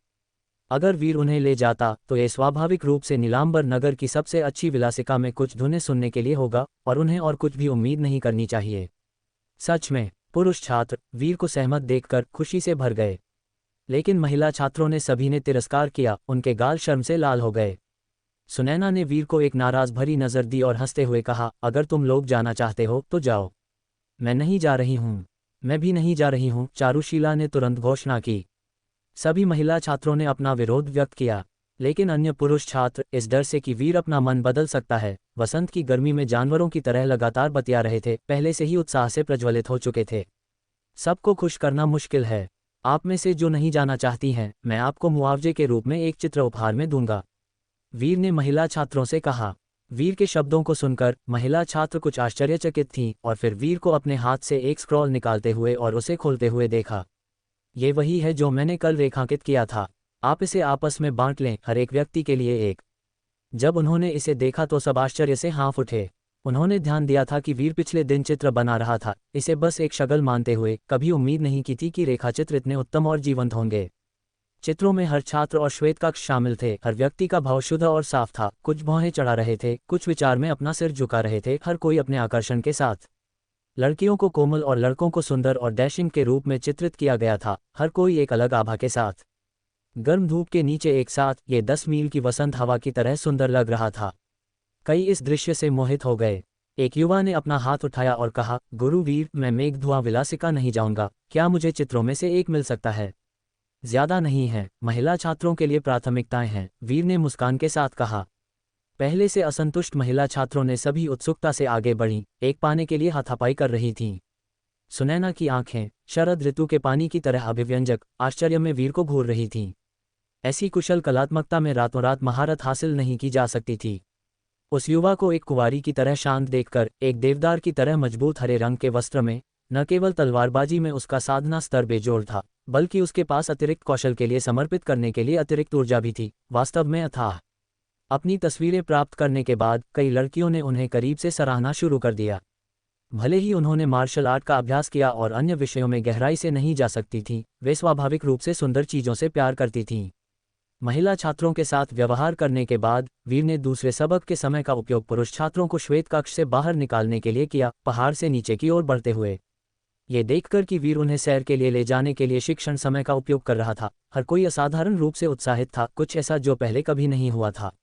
अगर अन्य शिक्षकों को पता चलता तो शायद उन सबको दीवार का सामना करके दंडित किया जाता, लेकिन वीर के साथ उनका समर्थन करते हुए वे निडर थे, भले ही आसमान गिर जाए। जैसे ही समूह पहाड़ से नीचे उतरा, ये खबर भी कला केसरी अकादमी तक पहुंची। कुलपति सोमेश, जो चाय पी रहे थे, लगभग दम घुट गया, बार बार खांसी और आश्चर्य में ऊपर देखते हुए। तुम कह रहे हो कि वीर पढ़ाने गया था, लेकिन अंत में सभी छात्रों को मेघधुआ विलासिका जाने के लिए पहाड़ से नीचे ले गया। शोर सुनकर अपनी दिव्य आत्मा का उपयोग करके जांच करने वाले एक अन्य कृष्ण कक्ष के बुजुर्ग से खबर आई। हास्यास्पद, ये पूरी तरह से हास्यास्पद है। कुलपति सोमेश इतने उग्र थे कि उनका चेहरा लोहे के नीले रंग में बदल गया और अचानक एक विचार ने उन्हें मारा। सुनैना का क्या? वह नहीं गई है ना? दादाजी। उसी पल कला केसरी अकादमी के बाहर से एक आवाज आई और सुनैना बस अंदर चल रही थी। उसे देखने के लिए अपना सिर उठाते ही कुलपति सोमेश का दिल अपनी जगह पर वापस आ गया और उसने राहत की सांस ली। तुम यहाँ क्यों आए? मैं सोच रहा था, क्या वीर सबको मेघधुआ विलासिका घूमने ले गया? भले ही अपनी पोती के सामने मेघधुआ विलासिका का उल्लेख करना कुछ हद तक अभद्र था, कुलपति सोमेश को उस पल कोई परवाह नहीं थी। ये सुनकर सुनैना का दिल भी गुस्से से भर गया और उसने ठंडे बस्ते में जवाब दिया, ये सही है। ये लड़का कितना अजीब है। कुलपति सोमेश गुस्से से उबल रहा था। सुनैना चौंक गई, अपने दादा को इतना गुस्सा देखकर वह खुद को कहने से रोक नहीं पाई, दादाजी, ये वास्तव में उनकी गलती नहीं है। क्या? कुलपति सोमेश ने अपनी आंखें चौड़ी की अपनी पोती को देखते हुए। सुनैना ने असहाय महसूस किया और केवल पूरी स्थिति समझा सकती थी। सुनने के बाद कुलपति सोमेश की आंखें और भी चौड़ी हो गईं और उनके बगल में कृष्ण कक्ष के बुजुर्ग भी हक्के बक्के रह गए। तुम्हारा मतलब है? वीर ने एक तलवार मैनुअल पर नजर डाली और फिर सत्य भाव के स्तर पर तलवारबाजी का प्रदर्शन किया। असंभव, ये बिल्कुल असंभव है। अपने इनकार के बावजूद कुलपति सोमेश और कृष्ण कक्ष के बुजुर्ग को इस पर विश्वास करना पड़ा, खासकर जब सुनैना के अनुसार श्वेत कक्ष में दर्जनों लोगों ने इसे अपनी आंखों से देखा था। ये बस इतना था कि ऐसी बात विश्वास करने के लिए बहुत अतिरंजित थी। कुलपति सोमेश का पहला विचार ये था कि तलवार मैनुअल लीक हो गया था और वीर ने आज अपने कौशल का खुलासा करने से पहले इसे लंबे समय तक गुप्त रूप से अभ्यास किया था। लेकिन उसका दूसरा विचार था, भले ही लड़के ने गुप्त रूप से अभ्यास किया हो, ये बस बहुत अपमानजनक नहीं था, है ना? आखिरकार वह केवल 14 साल का था। क्या उसने एक बच्चे के रूप में प्रशिक्षण शुरू किया? 15 लीग क्षेत्र में एक साधना स्तर के साथ पहले से ही 19 राज्यों के रिकॉर्ड को तोड़ते हुए, लेकिन अब उसने सत्यभाव के स्तर पर उच्च श्रेणी की तलवारबाजी में भी महारत हासिल कर ली है। एक पल रुको। कुलपति सोमेश को अचानक महसूस हुआ कि कुछ ठीक नहीं है। वीर ने केवल एक सत्यभाव स्तर की तलवारबाजी में महारत हासिल नहीं की होगी, और यह जरूरी नहीं था कि उनका तलवार मैनुअल लीक हो गया था। आखिरकार वीर के परिवार के वर्षा श्रावण मीनार में अनगिनत तलवार तकनीकें थीं, जिसमें कौन जानता है कि कितनी उच्च श्रेणी की तलवार तकनीकें थीं। भले ही किसी ने गुप्त रूप से यिन और यांग विभाजित तलवार एकत्र की हो, उन्हें वीर को क्यों सिखाने की जरूरत होगी। वीर के परिवार को अद्वितीय तलवारबाजी तक पहुंच थी। चूंकि किसी की ऊर्जा सीमित होती है, उन्होंने वीर को अद्वितीय तलवार तकनीकों में प्रशिक्षित किया होगा, उच्च श्रेणी की तलवार तकनीक पर समय बर्बाद नहीं किया होगा। ये सोचते हुए कुलपति सोमेश के दिल में एक हिंसक झटके लगा, और अगर ऐसा था तो केवल एक ही स्पष्टीकरण प्रतीत होता था। वह ये था कि वीर ने वास्तव में एक बार तलवार मैनुअल पर नजर डालकर इसे सीखा था, और वह सत्यभाव तक भी पहुंच गया। अपनी पोती को सुनकर ऐसा लगा कि एक प्रक्रिया थी। शुरू में पूर्णता का स्तर दिखा रहा था, फिर सत्यभाव में कदम रखा, परम पूर्णता को छोड़ दिया। लानत है, यह अभी भी अस्वीकार्य है। भले ही यह एक तलवार देवता का पुनर्जन्म था, यह इससे अधिक नहीं होगा। कुलपति सोमेश का चेहरा सिकुड़ गया। कुछ हद तक अचंभित होकर कला केसरी अकादमी के बाहर देखते हुए वीर का परिवार इस दुनिया में किस तरह के बच्चे को लाया था। कुलपति सोमेश को होश में आने में लंबा समय लगा, और मेघधुआ विलासिका में हुए मामले के बारे में सोचते हुए वह खुद पर हंसे बिना नहीं रह सका। ये युवा वास्तव में सहमत होने की हिम्मत करता है, अपनी उम्र पर भी विचार नहीं करता। ये सुनकर सुनैना का चेहरा थोड़ा बदल गया। कुलपति सोमेश को कुछ याद आया। उसने अपना माथा पीटा और जल्दी में कहा, उन्होंने वहां अकादमी की वर्दी नहीं पहनी थी, है ना? अब उन्हें रोकना बहुत देर हो चुकी थी। इसके अलावा वीर के एक ही सबक के बाद प्रभाव इतना प्रभावशाली था कि यह छात्रों ने 1 या 2 साल के कठिन प्रशिक्षण के साथ जो हासिल किया था उसे पार कर गया। उन्हें ब्रेक लेने देना अनुचित नहीं लगा, जब तक वे कला केसरी अकादमी को बदनाम नहीं करते। उन्होंने नहीं पहनी थी, कृष्ण कक्ष के बुजुर्ग ने कहा। कुलपति सोमेश ने राहत की सांस ली और हंसे। युवा में अभी भी कुछ समझ है। पहाड़ से नीचे उतरते समय वीर का सामना कविताएं लिखने वाले राजकुमार हंसराज से हुआ। ये सुनकर कि वीर मेघधुआ विलासिका जाने वाला था, राजकुमार हंसराज इतना चकित हुआ कि उसने तुरंत अफसर पर सवारी की, ये कहते हुए कि वह भी खुद इसका अनुभव करना चाहता था। वीर को कोई आपत्ति नहीं थी और उसे साथ आने दिया। मेघधुआ विलासिका, नीलांबर नगर में नंबर 1 विलासिका। यहाँ ये सिर्फ खुशी के लिए पैसे के बारे में नहीं था, यह आमतौर पर नोबल परिवारों के प्रतिभाशाली विद्वानों के लिए एक सभा स्थल था जहाँ वे कविताएं और छंदों की रचना करते थे। वे अक्सर कविता प्रतियोगिताएं आयोजित करते थे, और किसी को मेघधुआ विलासिका की मुख्य हंसिनी से मिलने के लिए शीर्ष पर आना पड़ता था, जो नीलांबर नगर में प्रसिद्ध हंसिनी के अलावा और कोई नहीं थी। जब तक वीर और अन्य पहुंचे, एक कविता प्रतियोगिता पूरे जोरों पर थी। प्रवेश करने के लिए चांदी की जरूरत थी और संगीत विनिमय में भाग लेने के लिए कविता की। हालांकि श्वेत कक्ष के ये सभी शिष्य कला साधक थे जिन्होंने बचपन से मार्शल आर्ट में प्रशिक्षण लिया था। वे कुछ प्रसिद्ध कवियों के कार्यों का पाठ कर सकते थे, लेकिन जब अपनी खुद की रचना करने की बात आई तो वे अनभिज्ञ थे। सौभाग्य से वीर अच्छी तरह से तैयार था। उनकी इच्छाओं को पूरा करने का वादा करने के बाद वह स्वाभाविक रूप से उन्हें निराश नहीं होने देगा। चलो, तुम में से हर एक के लिए एक इन्हें याद कर लो, वीर ने शिष्यों को बुलाया। प्रशांत, जिसे कविता का शौक था, आश्चर्यजनक रूप से चकित था। उसने खुद से गुप्त रूप से 2 कविताएं तैयार की थीं, लेकिन कभी उम्मीद नहीं की थी कि यह अद्भुत कला साधक भी तैयार कविताएं रखेगा। ये ज्ञात था कि एक कविता प्रतियोगिता में भाग लेने के लिए मौलिक रचनाओं की आवश्यकता थी और किसी और के काम को उधार लेना तिरस्कृत होगा। राजकुमार हंसराज, जिसने पहले वीर की कविता प्रतिभा को देखा था, वह भी पास आया। वीर के आत्मविश्वास भरे दावे को सुनकर उसका दिल आश्चर्य और निराशा से भर गया। हर व्यक्ति के लिए एक कविता, क्या वे अच्छी हो सकती हैं? लेकिन अगले पल उसकी आंखें अविश्वसनीयता में चौड़ी हो गईं। वीर का कविता के साथ दिखावा करने का कोई इरादा नहीं था। स्वाभाविक रूप से वह उन साहित्यिक नकलची आवागमन साधकों की तरह काम नहीं करेगा जो प्रभावित करने के लिए एक एक करके कविताएं बाहर निकालते हैं। उसने इसके बजाय बस उनका एक पूरा संग्रह निकाल दिया। जल्द ही पूरी कविता प्रतियोगिता में हंगामा मच गया। जैसे ही वीर की दुनिया की कालजयी उत्कृष्ट कृतियों को पहली बार इस दुनिया में पढ़ा गया, पूरे मेघधुआ विलासिका में लाइवली से बॉयलिंग, फिर बॉयलिंग से चुप हो गया। नहीं देखते, पीली नदी का पानी आकाश से आ रहा है, समुद्र की ओर भाग रहा है और कभी वापस नहीं लौट रहा। प्रशांत धीरे से जप करता रहा, लकड़ी की मुर्गी की तरह स्तब्ध, राजसी और भव्य गति महसूस कर रहा था। बादलों तक मेरी आकांक्षाओं का समर्थन करने वाला कोई नहीं, मैं अकेले पहाड़ की चोटी तक बर्फीले रास्ते पर चलता हूँ। राजकुमार हंसराज की आंखें चमकी और उसने अपनी मुट्ठियां कसकर भींच लीं, मानो वे पंक्तियां उसके दिल में छिपी महत्वाकांक्षाओं की बात कर रही हों। समुद्र की कोई सीमा नहीं है, स्वर्ग किनारे का काम करता है, उच्चतम ऊंचाइयों को मापता है, और मैं ही शिखर हूँ। जब मयंक ने सुना कि वीर ने उसे मंच पर पाठ करने के लिए ये कविता दी है, तो उसकी आंखें उत्साह से लाल हो गईं। हालांकि वह खुद कविता की रचना नहीं कर सकता था, वह कम से कम इसकी सराहना कर सकता था। ये पंक्तियां उनके सामने असाधारण युवा की बात करती थीं। दुनिया में लाखों प्रतिभाएं हैं, लेकिन केवल उनके सामने के युवा ही शिखर पर पहुंचे हैं, पहाड़ की चोटियों के ऊपर खड़े हैं, एक और भी ऊंचा शिखर बन रहे हैं। पुरुषों के बीच एक नेता के रूप में पैदा हुआ, केवल मैं ही स्वर्ग जितना लंबा जीवित रहूंगा। अकेले मैं हजारों मील तक लड़ता हूँ, एक तलवार के साथ मैं 1 लाख के खिलाफ खड़ा हुआ हूँ। एक के बाद एक श्वेत कक्ष के शिष्यों द्वारा ये अभिमानी और उत्साही कविताएं पढ़ी गईं, उनका जप एक विद्युतीकृत उत्साह से भरा हुआ था। कला साधकों के लिए ये जोरदार कविताएं सीधे दिल पर लगीं। नशे में धुत रोशनी के नीचे मैं तलवार की जांच करता हूँ, सपनों में मैं शिविरों की बिगुल की आवाज़ सुनता हूँ। प्रशांत, एक सैन्य अधिकारी का बेटा पैदा हुआ, खड़ा हुआ, इन छंदों को सुनकर भावना से कांप रहा था।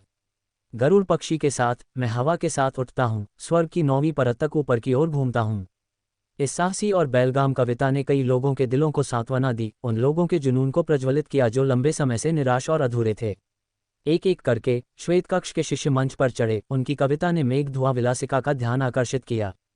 विलासिका के ऊपर एक चमकदार ढंग से सजी हुई लड़की, सिर्फ 20 साल की, नीचे पड़े जा रहे अद्वितीय छंदों से मंत्रमुग्ध खड़ी थी। छंद के बाद छंद, चाहे साहसी और जोरदार हो या लापरवाह और बेलगाम, श्रोताओं की भावनाओं को उकसाया। महान आर्यावर्त साम्राज्य में, जो मार्शल शौर्य पर बनाया गया था, इन दीवारों के भीतर काव्य शैली बड़े पैमाने पर लड़ाई और वीरता के छंदों का पक्षधर थी। कामुक और उत्तेजक धुनें दुर्लभ थीं, और यदि मौजूद थीं तो केवल सामान्य स्थानों में प्रसारित होती थीं, सच्चे विचार के योग्य नहीं थीं। हंसिनी को कविता की गहरी समझ थी, अच्छे से बुरे को समझने वाली। वह जानती थी कि महाग्रंथ सदन में कुछ ही विद्वान यहाँ सुने गए छंदों से मेल खा सकते थे, शायद पूरे देश में ज्ञात कुछ मुट्ठी भर प्रसिद्ध कविताओं को छोड़कर। इसके अलावा हंसिनी ने देखा कि मंच पर कविता पाठ करने के लिए चढ़ने वाले ये युवा प्रतिभाएं सभी एक निश्चित युवा के बगल से उठे, जो मंच पर जाने से पहले हर एक को फुसफुसाता था, कार्य जिन्होंने बहुत अटकलों को जन्म दिया। समय उड़ गया। जैसे ही कविता कार्यक्रम समाप्त हुआ, प्रतिष्ठान की महिलाएं फड़फड़ाते दिलों के साथ रह गईं, और अकम्प्लिश्ड मेहमान खुशी से मदहोश हो गए। किसी ने सच्चाई फिसलने दी, और यह ज्ञात हुआ कि सभी कविताएं वीर द्वारा लिखी गई थीं। और जब किसी ने वीर की पहचान को पहचाना और उसे बुलाया, तो मेघधुआ विलासिका एक चर्चा में फूट पड़ा। इस सनसनीखेज युवा के साथ उसकी तीखी और जोरदार कविताएं मिलकर लोगों को ऐसा महसूस हुआ जैसे कविताओं ने एक मूर्त रूप ले लिया हो। उनके उत्साह में किसी को परवाह नहीं थी कि कला केसरी के शिष्यों ने वीर के काम का प्रदर्शन किया था, बल्कि वे खुश थे कि इन व्यक्तियों को वीर द्वारा इतना पसंद किया गया था। अपनी खुद की कविताओं का दावा करने के लिए भी उन्हें कई महिलाओं के स्नेह और ढेर सारे निमंत्रण मिले। प्रतिष्ठान के प्रबंधक ने झुककर वीर से संपर्क किया। नीलांबर नगर के प्रसिद्ध युवा स्वामी को आकस्मिक और मिलनसार पाकर राहत मिली, और फिर हंसिनी को उसके साथ आने के लिए बुलाया। बाकी श्वेत कक्ष के शिष्यों को भी अन्य लड़कियों द्वारा संगीत और कला का आनंद लेने के लिए दूर ले जाया गया। इसके अतिरिक्त प्रबंधक ने सावधानी से वीर से पूछा कि क्या वह जगह को सजाने के लिए कविता के 2 टुकड़े उधार दे सकता है। वीर, उदासीन, ने उसे 2 चुनने की अनुमति दी। जल्द ही 2 पंक्तियां मेघधुआ विलासिका के दरवाजों के बाहर लटकीं। तुमको जानना चाहिए, अपनी जवानी में मैंने बादलों को पकड़ा, वादा किया था कि दुनिया में सबसे बेहतरीन बनूंगा। प्रबंधक को पछतावा हुआ कि वीर ने कविता पूरी नहीं की थी, केवल ये 2 पंक्तियां छोड़ी थीं। उसी समय वह कभी अनुमान नहीं लगा सकती थी कि इन 2 पंक्तियों के कारण मेघधुआ विलासिका की प्रसिद्धि जल्द ही 19 प्रांतों में फैल जाएगी। तब तक वीर पहले से ही मेघधुआ विलासिका में सबसे अधिक मांगी जाने वाली हंसिनी के कमरे में था, दिल खोलकर खा रहा था और पी रहा था। युवा स्वामी, आज रात मैं पूरी तरह से आपकी हूँ। आप मुझसे जो कुछ भी करवाना चाहते हैं, हंसिनी ने एक चंचल मुस्कान के साथ कहा, नीलांबर नगर के सबसे बेहतरीन युवा स्वामी को देखती हुई। चूंकि वीर ने अपने साधना स्तर का खुलासा किया था, नीलांबर नगर की युवा पीढ़ी में कोई भी उसकी तुलना नहीं कर सकता था। क्या ऐसा है? तो फिर मेरे लिए कुछ बीज छील दो, वीर ने जवाब दिया। हंसिनी चौंक गई, लेकिन वह एक मुस्कान के साथ आए और वीर के लिए बीज छीलना शुरू कर दिया, उन्हें उसके मुंह तक पहुंचाया। वीर ने ताली बजाई, खुद का आनंद लेना जारी रखा क्योंकि उसने अन्य स्वादिष्ट व्यंजन उठाए। इस बीच सेनापति रणधीर के आवास पर खबर पहुंची। क्या? सेनापति रणधीर की आंखें चौड़ी हो गईं क्योंकि उसने अपने सेवक की रिपोर्ट सुनी, और उसने अपनी हथेली को मेज पर मारा। मूल्यवान फर्नीचर का टुकड़ा तुरंत बिखर गया। वह बदमाश, उसकी हिम्मत कैसे हुई?